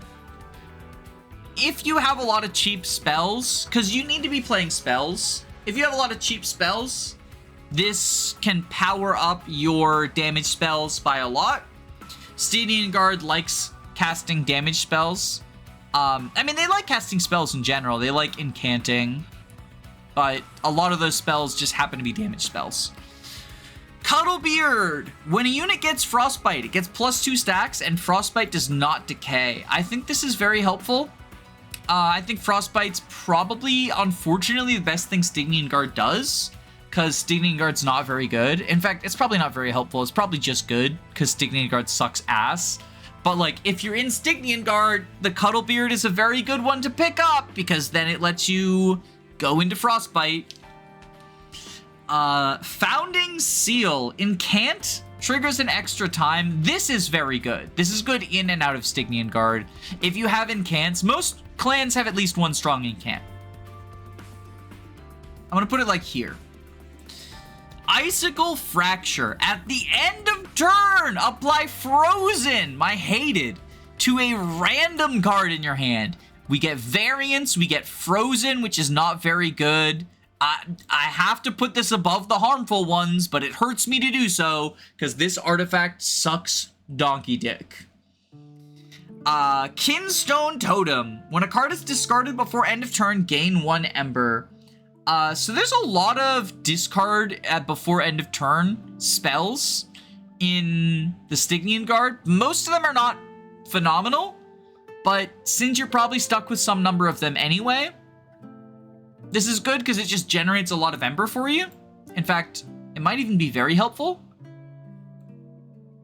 as it generates a lot of Ember for you. It just sucks that the stuff it's powered off of is not very good, but that's not really its fault. Rules of Containment. Enemy units enter with Frostbite too. If you have a good amount of Frostbite support, this can be alright, but I think usually it's just weaker jack strips. Like here, niche. Sigiled Seaweed. Apply Mute 1 when an enemy enters your train. This is a snap pick. Mute is one of the most powerful debuffs you can give to enemies. It turns off so much stuff that you care about turning off. It lets you play bottom floor without... Like, this is basically just you play bottom floor, you don't have to deal with the downside of everyone that comes in. It's really, really good. This is a snap pick. In a rather weak clan, it's a rather strong artifact. Tethys' Scales. 50% chance to apply spell weakness 1 when an enemy enters your train. I lied. I've never even seen... I mean, I must have seen it because I have the full logbook pulled out. This is such a non-memorable artifact that oh, this is worse than the Permafrost one. This is so bad. 50% chance to apply spell weakness 1 when an enemy unit enters your train. Your damage spells are not that strong unless you have like the tomb one, the big hammer tomb one. God, this is so bad. 50% chance to apply spell weakness 1. Titan's Claws. At the end of turn, frozen cards are reduced to 0 until played or discarded. This is fine if you're doing frozen stuff. In fact, this saves you a lot of mana if you're doing frozen stuff. This is like the big frozen payoff. Frozen's not very good, but if you get Titan's Claws, it suddenly becomes pretty good. Oh god, Token of the Traitor. Whenever you cast a spell, 3 damage to a random enemy. It's funny because incanting a bunch is the thing Stygian Guard wants to do, and this is like the payoff for that, and it's 3 damage to a random enemy. That's bad. And then Totem Fragment. Spell weakness 2 when enemies enter the floor below the Pyre Room. This is niche. This can be helpful. It's like the Root Mask where like you probably shouldn't be letting them get through, but unlike Root Mask, you can just fire off a spell to kill them. Like spell weakness 2 is actually pretty debilitating. If you have a pretty strong spell, you can kill a tank with it. I think it's like decent. And now we have Umbra. Abandoned and Tumbra. At the start of turn, add a common or uncommon morsel unit to your hand. This basically fixes the morsel problems that you have when playing with Plink, because Plink is awful. I think it's pretty good for that reason. Not like high up on good, but pretty good. Let you get morsels out. Chain of Gems. Apply damage shield 2 to the first friendly unit summoned each turn. I think this is very helpful. I think this is a good way to keep your tank alive for longer. Damage shield 2 is a decent amount, and it works on multiple turns, so it can work on multiple units.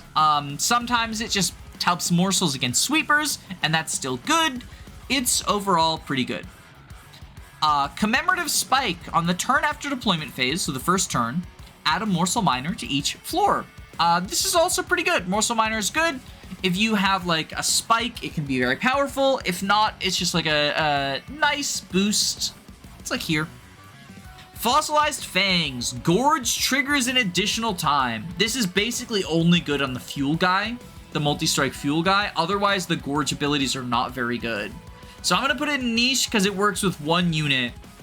I guess maybe the sweep guy as well. The guy who like gorges, deals 20 damage. But that's after combat sweep. Like, it's the only sweep that can't be made quick, so it's pretty bad. Yeah, I think it's niche because it's good on 1 unit and bad on everyone else. Mask of Penumbra. When you play your first morsel, draw 1. I think you're playing a morsel almost every turn. This basically reads draw 1. It's like Sap Tap, but worse because morsels are not very good. I'm sorry, Umbra fans, but the morsels are not very good. But if you're in Umbra, that's kind of what you're doing, because unfortunately, it's kind of all they have going on for them. Mine Jacks, +2 capacity on the middle floor. This is niche because very rarely are you playing the middle floor. This, like, incentivizes you to play middle floor because you get extra space, but I don't think middle floor is very good. I think usually you want to play bottom floor, or if you're weaker, you play middle floor. I guess if you have, like, Inferno Room, you play middle floor, right? It can be niche. There's situations where you want to play middle floor, but it's probably the weakest of them. Because, like, top floor is when you're really weak, you need extra time to set up. Middle floor is when you need a little bit of extra time to set up, but you're stronger. And then, obviously, ideally, you're playing the bottom floor because you don't want to deal with the consequences of not playing on the bottom floor. Refined Void. Friendly units enter with lifesteal 2. I think this is pretty useless. The first couple of hits you take are not that heavy, so healing them up is not very good. I guess for that same reason, the damage shield could be seen as not very good. Maybe I'll move the damage shield down to only good. Because I do think the first couple of hits you take are not the greatest. Lifesteal is a worse way of avoiding them, in my opinion. But yeah, friendly units enter with lifesteal too. So often that lifesteal just gets wasted, like by the backliners. Does nothing. Shade Lamp. The first time an enemy unit dies, add 2 morsels to your hand. They could be anything. They could be morsel miners. They're fine. It's fine. It's like on the same level as Entumbra. Shadow Box. When you play your 20th morsel, deal 200 damage to units on all floors. I actually really like Shadow Box. I snap pick it, but I know I shouldn't. I just really like it. It's one of those, like, morsels are not very good, but what are you doing aside from playing a bunch of morsels? And 200 damage is a lot of damage to enemy units on all floors. It's pretty good. Teeth of Gold. 5 damage to the lowest health enemy unit when an unit is eaten. This is always post-combat, so it can't save you from sweepers, which makes it kind of niche. Because you still had to deal with the backline, but I guess the higher floors won't have to. It's alright. If you have a lot of eating going on, it can be better, but I don't know. It's alright. And then Wing Technology. Morsels enter with damage shield 1. This is also niche. It protects morsels from exactly 1 sweeper. And that is... I guess it can help if morsels are chump blocking. But if morsels are chump blocking, you're in a very bad situation anyway. So... I don't love it for that reason. Underlegion! Oh boy, Underlegion has a lot of shit artifacts for such a good clan. Ancient Roots. The first spell played has -1 Ember for every 15 cards in your deck. This one's pretty good. Saves you Ember. Usually it saves you about 2 Ember. I think 30 is around where you end with. 30 to 40-ish is where you end with in terms of deck size, I think, most of the time. The thing about the Underlegion is they have a sub-theme of really wanting a really high card count in your deck, and that is almost always never worth the payoff. Because you want a thinner deck instead of a thicker one. We're running out of zoom space. If only I could. I wish Tiermaker would let you just like widen it a little bit, but it doesn't. Alright. Cortical Connector. Shroom units gain regen 1 on harvest. This is garbage. This is a piece of shit. Regen 1 on harvest. Like, I get the idea is, oh, you get a bunch of regen because your fungi are dying, and each of those count as a harvest when you lose a troop stack, but like, I don't fucking know. Regen 1? Regen 1? It's insane to me that this has not been buffed. Regen 1. Ever-Churning Soil, +1 draw per 25 cards in your deck. This is basically like Sack Tap. This is always going to happen unless you go Pyre of Dominion or you like really trim down your deck. I think it's better than Sap Tap because sometimes it's draw +2, but you shouldn't try to make it draw +2 unless you have like a lot of synergies with having a big deck. It's usually just draw +1 for free. Evolutionary Instinct. When a unit has a 3rd unique status effect applied to it, Propagate 2. This is very niche. Very rarely, except for like maybe Troop with Lone Coat, because it gets Troop plus regen and then 1 more. But very rarely do you have 3 unique status effects applied to it. Maybe enemies that start with buffs getting multiple debuffs, but like your main debuffs are Sap and Decay. Like, you only have 2. I don't know. Shroom units apply Decay 1 to enemy units on Summon. Sapsuck Spring. This is pretty okay. I think it's niche. Decay 1 is just not... Unless you have a Decay build already going, and this can be like a part of it, it's just not a lot. 3 damage. Shroom Ponix. At the start of turn, friendly units propagate 1. This can be good. It propagates your troop. It helps keep your fungi stack alive for longer.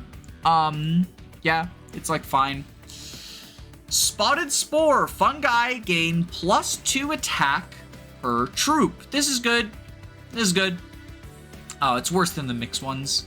But, like, I think your mushroom stack is generally the best candidate for a carry in the Underlegion.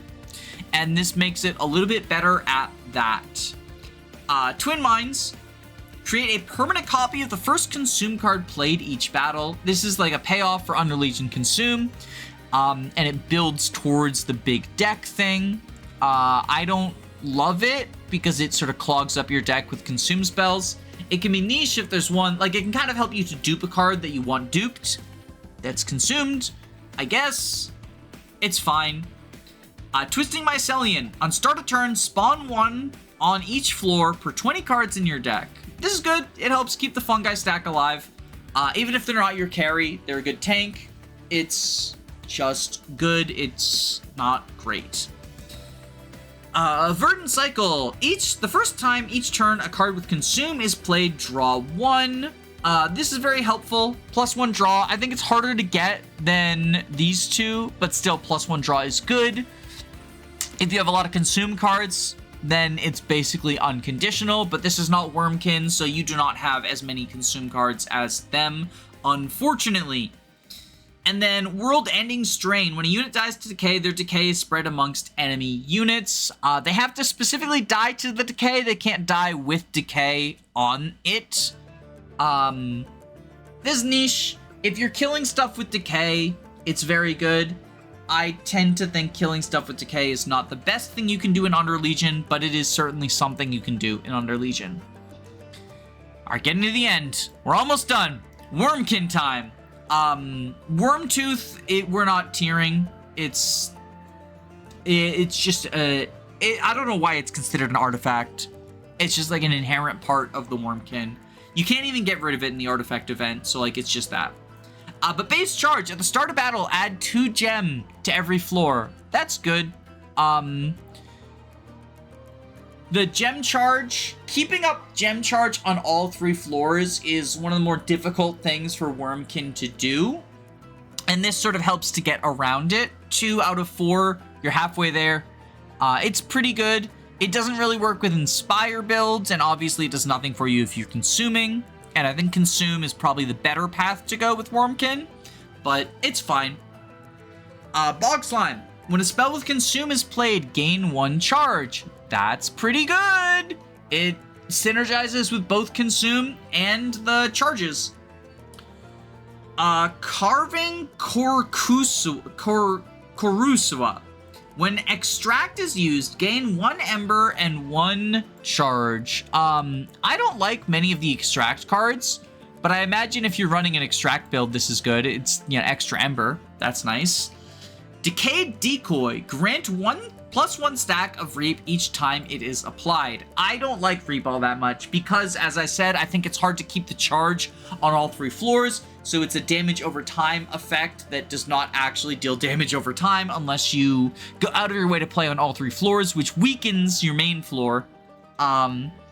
So it's not great. Dun Echo. 1 additional card in the Strat Pack is infused. I think this is good. You want as many purple cards as you can to keep as much crystal as you can, or infused charge, whatever the fuck they're called. And that's good. Echo Seedling. The first time you play a consume card, add 2 copies to your hand. They're not permanent copies. I think it's good. I think it's good. There's a lot of consume support in Wurmkin, and it's nice. Encased Divinity. At the start of battle, top floor gains 1 crystal that cannot be removed. This is niche. This is nice if you're playing top floor. I don't think you should be playing top floor, but I've done it. It can be an incentive to play top floor, and it can help you against everything other than like ring 7, maybe ring 5, to actually make top floor work. And I've done a few top floor stuff.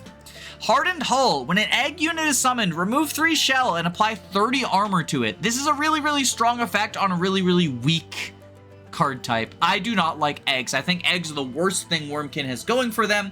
I think it's counter synergistic to everything else they want to do. They want to build up as much charge as possible, but the eggs say, no, you don't get to do that, and the payoff for hatching an egg is just not worth it. It's so bad. I do not like the egg builds. But this is a strong, like, if you're going egg build, this is a strong effect. 3 shell, 30 armor. Like, it keeps the eggs alive to hatch them. It's nice. Mind Horde, you get 1 extra charge slot per floor. That's pretty good. And Notice Stone. When a card with Consume is played, all cards gain +1 magic power for the end of turn. Or until the end of battle. This is pretty good. There's not a lot of damage spells in Wurmkin, so this really depends on your secondary, though. And then Serrated Mandibles. When 1 or more charge is added to your floor on your turn, apply Reap 1 to a random enemy unit once. The fact it's on your turn only annoys me to no end, because it basically means that the Spine Chief, the 1 Spine Chief build, gets fucked over. I don't like Reap that much. I'm gonna put it here. Yeah, I don't like Reap that much. All right. Now we have the Celestial Alcove, the event artifacts. Boiler Room mod. At the start of battle, apply Boiler Room to the first floor. This is pretty good. This is probably the best of the mods. Even though Boiler Room is less impactful than Spell Sanctum, you're spending more time on the bottom floor than you are on the middle floor. I like it quite a bit. Bone Dog's Pendant. When your pyre reaches 0, restore 25%. This can trigger only once. This is niche. It's helpful early on, but later, if your pyre is reaching 0, you're probably dead even with 25% more. It's very niche. I think, like, it doesn't help you against the things that you want it to. Kano. When you purge a card outside of combat, gain 75 money. This is good. It enables your economy. It helps you to purge cards and slim your deck down. This is pretty good. Cavendish. We should probably talk about the other banana first, Gros Michel. So Gros Michel, non-champion friendly units gain +10 attack at the end of combat on all floors, 10% chance for this to get destroyed. When it's destroyed, you get the Cavendish. Non-champion friendly units gain 3 times their base attack at the end of combat on all floors, 1% chance for it to be destroyed. I think both of these are kind of niche. They are kind of the Joker you take if the other 2 Joker offered do not synergize with your current build that you want. And that's very rare because the other 5 Jokers tend to be pretty strong. Chico, for example, bosses start with Mute 3. This is very helpful. Muting bosses lets you play on higher floors without dealing with the negative effects of playing on higher floors. It's very fucking good. This gets rid of almost all the downside of playing on higher floors. As long as you're not spreading your units out, because if you have units on the bottom floor, then the Mute 3 it wears off before they ascend, and then you do still have to deal with the downside. But if you leave like an Inferno Room or just an empty train car on the bottom floor, then you can play higher up and not have to deal with it. Dante's Candelabra, your pyre gets Titan Skin 2. This is very good. It turns off the Vengeful Shards. It doesn't anti-synergize with the Pyre Revenge effects, because even it taking 0 damage triggers Revenge, which is pretty cool. I think this is, I don't want to say snap pick, because depending on my deck, I'll also take Dante's Inferno, which is the other option, but this is very strong. I think this is a snap pick. I think this is almost always the best Joker to take. Mute 3 better than Mute 1, even if it is only bosses. Divine Shard, your pyre gets 25% extra health. That's fine. This is Fight Club mod. At the start of battle, apply Fight Club to the 3rd floor. This is basically useless. Fight Club's not a very good room. 3rd floor is the least desirable of the floors to play on. And while we're here, we'll get rid of Spell Sanctum 2nd floor. It's probably about as good as Boiler Room. it's a very good reason to play Middle Floor, is Spell Sanctum makes all of your spells cost 1 less on that floor, which is really good. It's really good. Getting free spells, like, is really, really good. It saves a lot of Ember. It might even be better than Boiler Room. Boiler Room generates the Ember, Spell Sanctum saves the Ember. They're both really good. Historian's Razor. Friendly units gain 10 extra attack, but -1 for each non-boss artifact you own. This is like banana level, but worse. I'll put it like here. It's very niche. Kindling Catcher. This is probably the only good artifact from the fucking Inkborn event. But Kindling Catcher, at the end of battle, gain 100 gold. That's good. It helps your economy. It doesn't fix your economy all on its own, but it's pretty good. Depending on when you get this, it could be a lot of money. On the other hand, let's do all the ink ones together. It's like this, and this. Yeah. Leaky Pen, -1 Ember, draw 2 extra cards per turn. This is garbage. I think this is harmful more often than it is helpful. I'll put it here. Yeah, you draw the extra cards, but having less mana means you can't cast those cards. I guess if you got like a bunch of free, it can be good. I struggle to think of a deck that really wants this effect, though. Maybe the Thorn deck with all of its 0-cost sting spells. Yeah, it's just not very good. Wooloo's Bloodletter, I think this is called. Yeah, Wooloo's Bloodletter. Friendly units get +12 attack, deal 1 damage to friendly units at the end of your turn. This is another one that I feel like is just harmful. Your backline is gonna die before the boss shows up in most situations. Your tank doesn't care about this, but your backline does. And if your backline dies before the boss shows up, then you're gonna lose in Relentless. In fact, I think I like this less than Wooloo's Bloodletter. And then the friendly units getting Conduit 1 on Slay. This can be like a marginal upside, I think.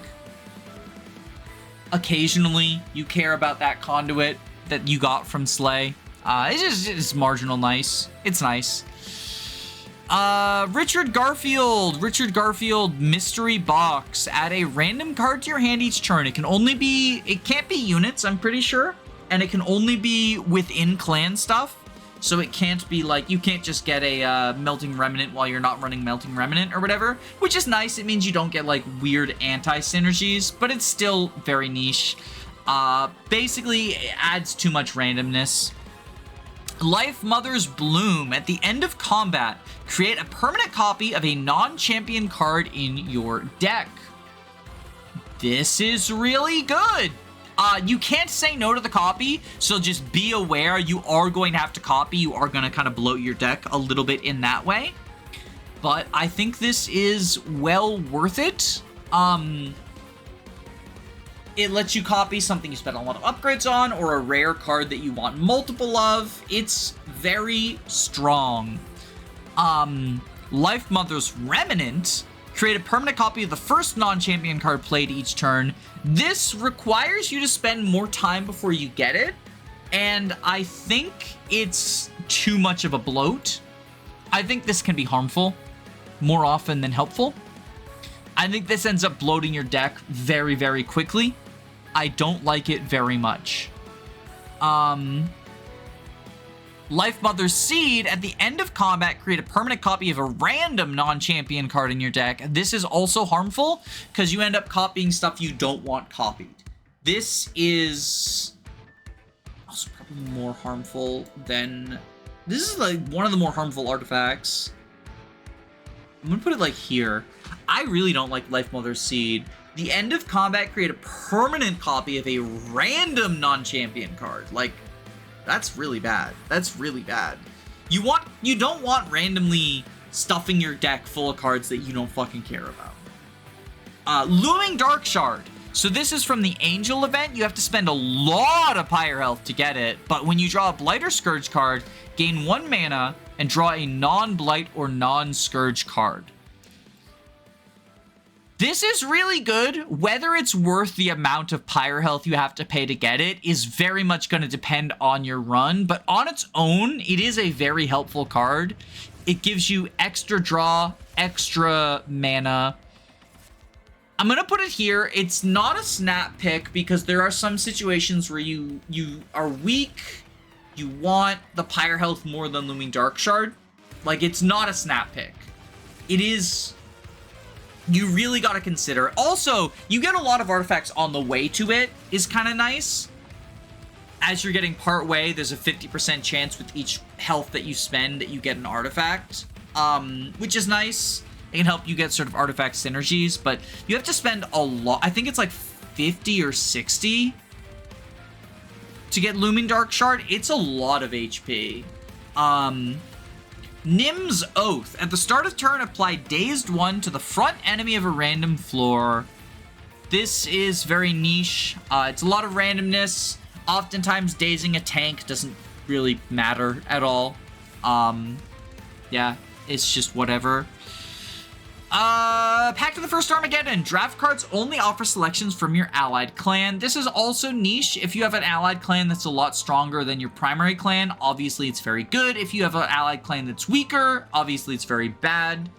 I don't think it can be anything other than niche, but it is situational. Know when you want to take it versus when you want to ignore it. And it can be very strong. Shard Soul. So this is another very, very strong artifact. Very, very strong. But it comes at a very big cost. +1 Ember per turn, +1 Ember on deployment, +2 space on each floor, and draw 1 each turn. That's basically the equivalent to 1 of each upgrade, right? It is literally the equivalent to 1 of each upgrade. An Ember upgrade, a draw upgrade, and a space upgrade.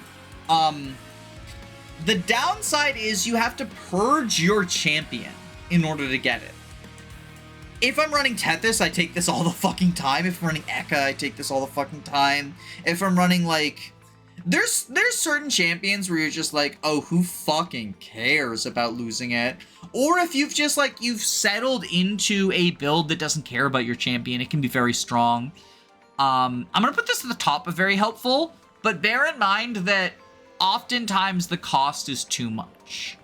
If you're really relying on your champion, Shard Soul can be too expensive.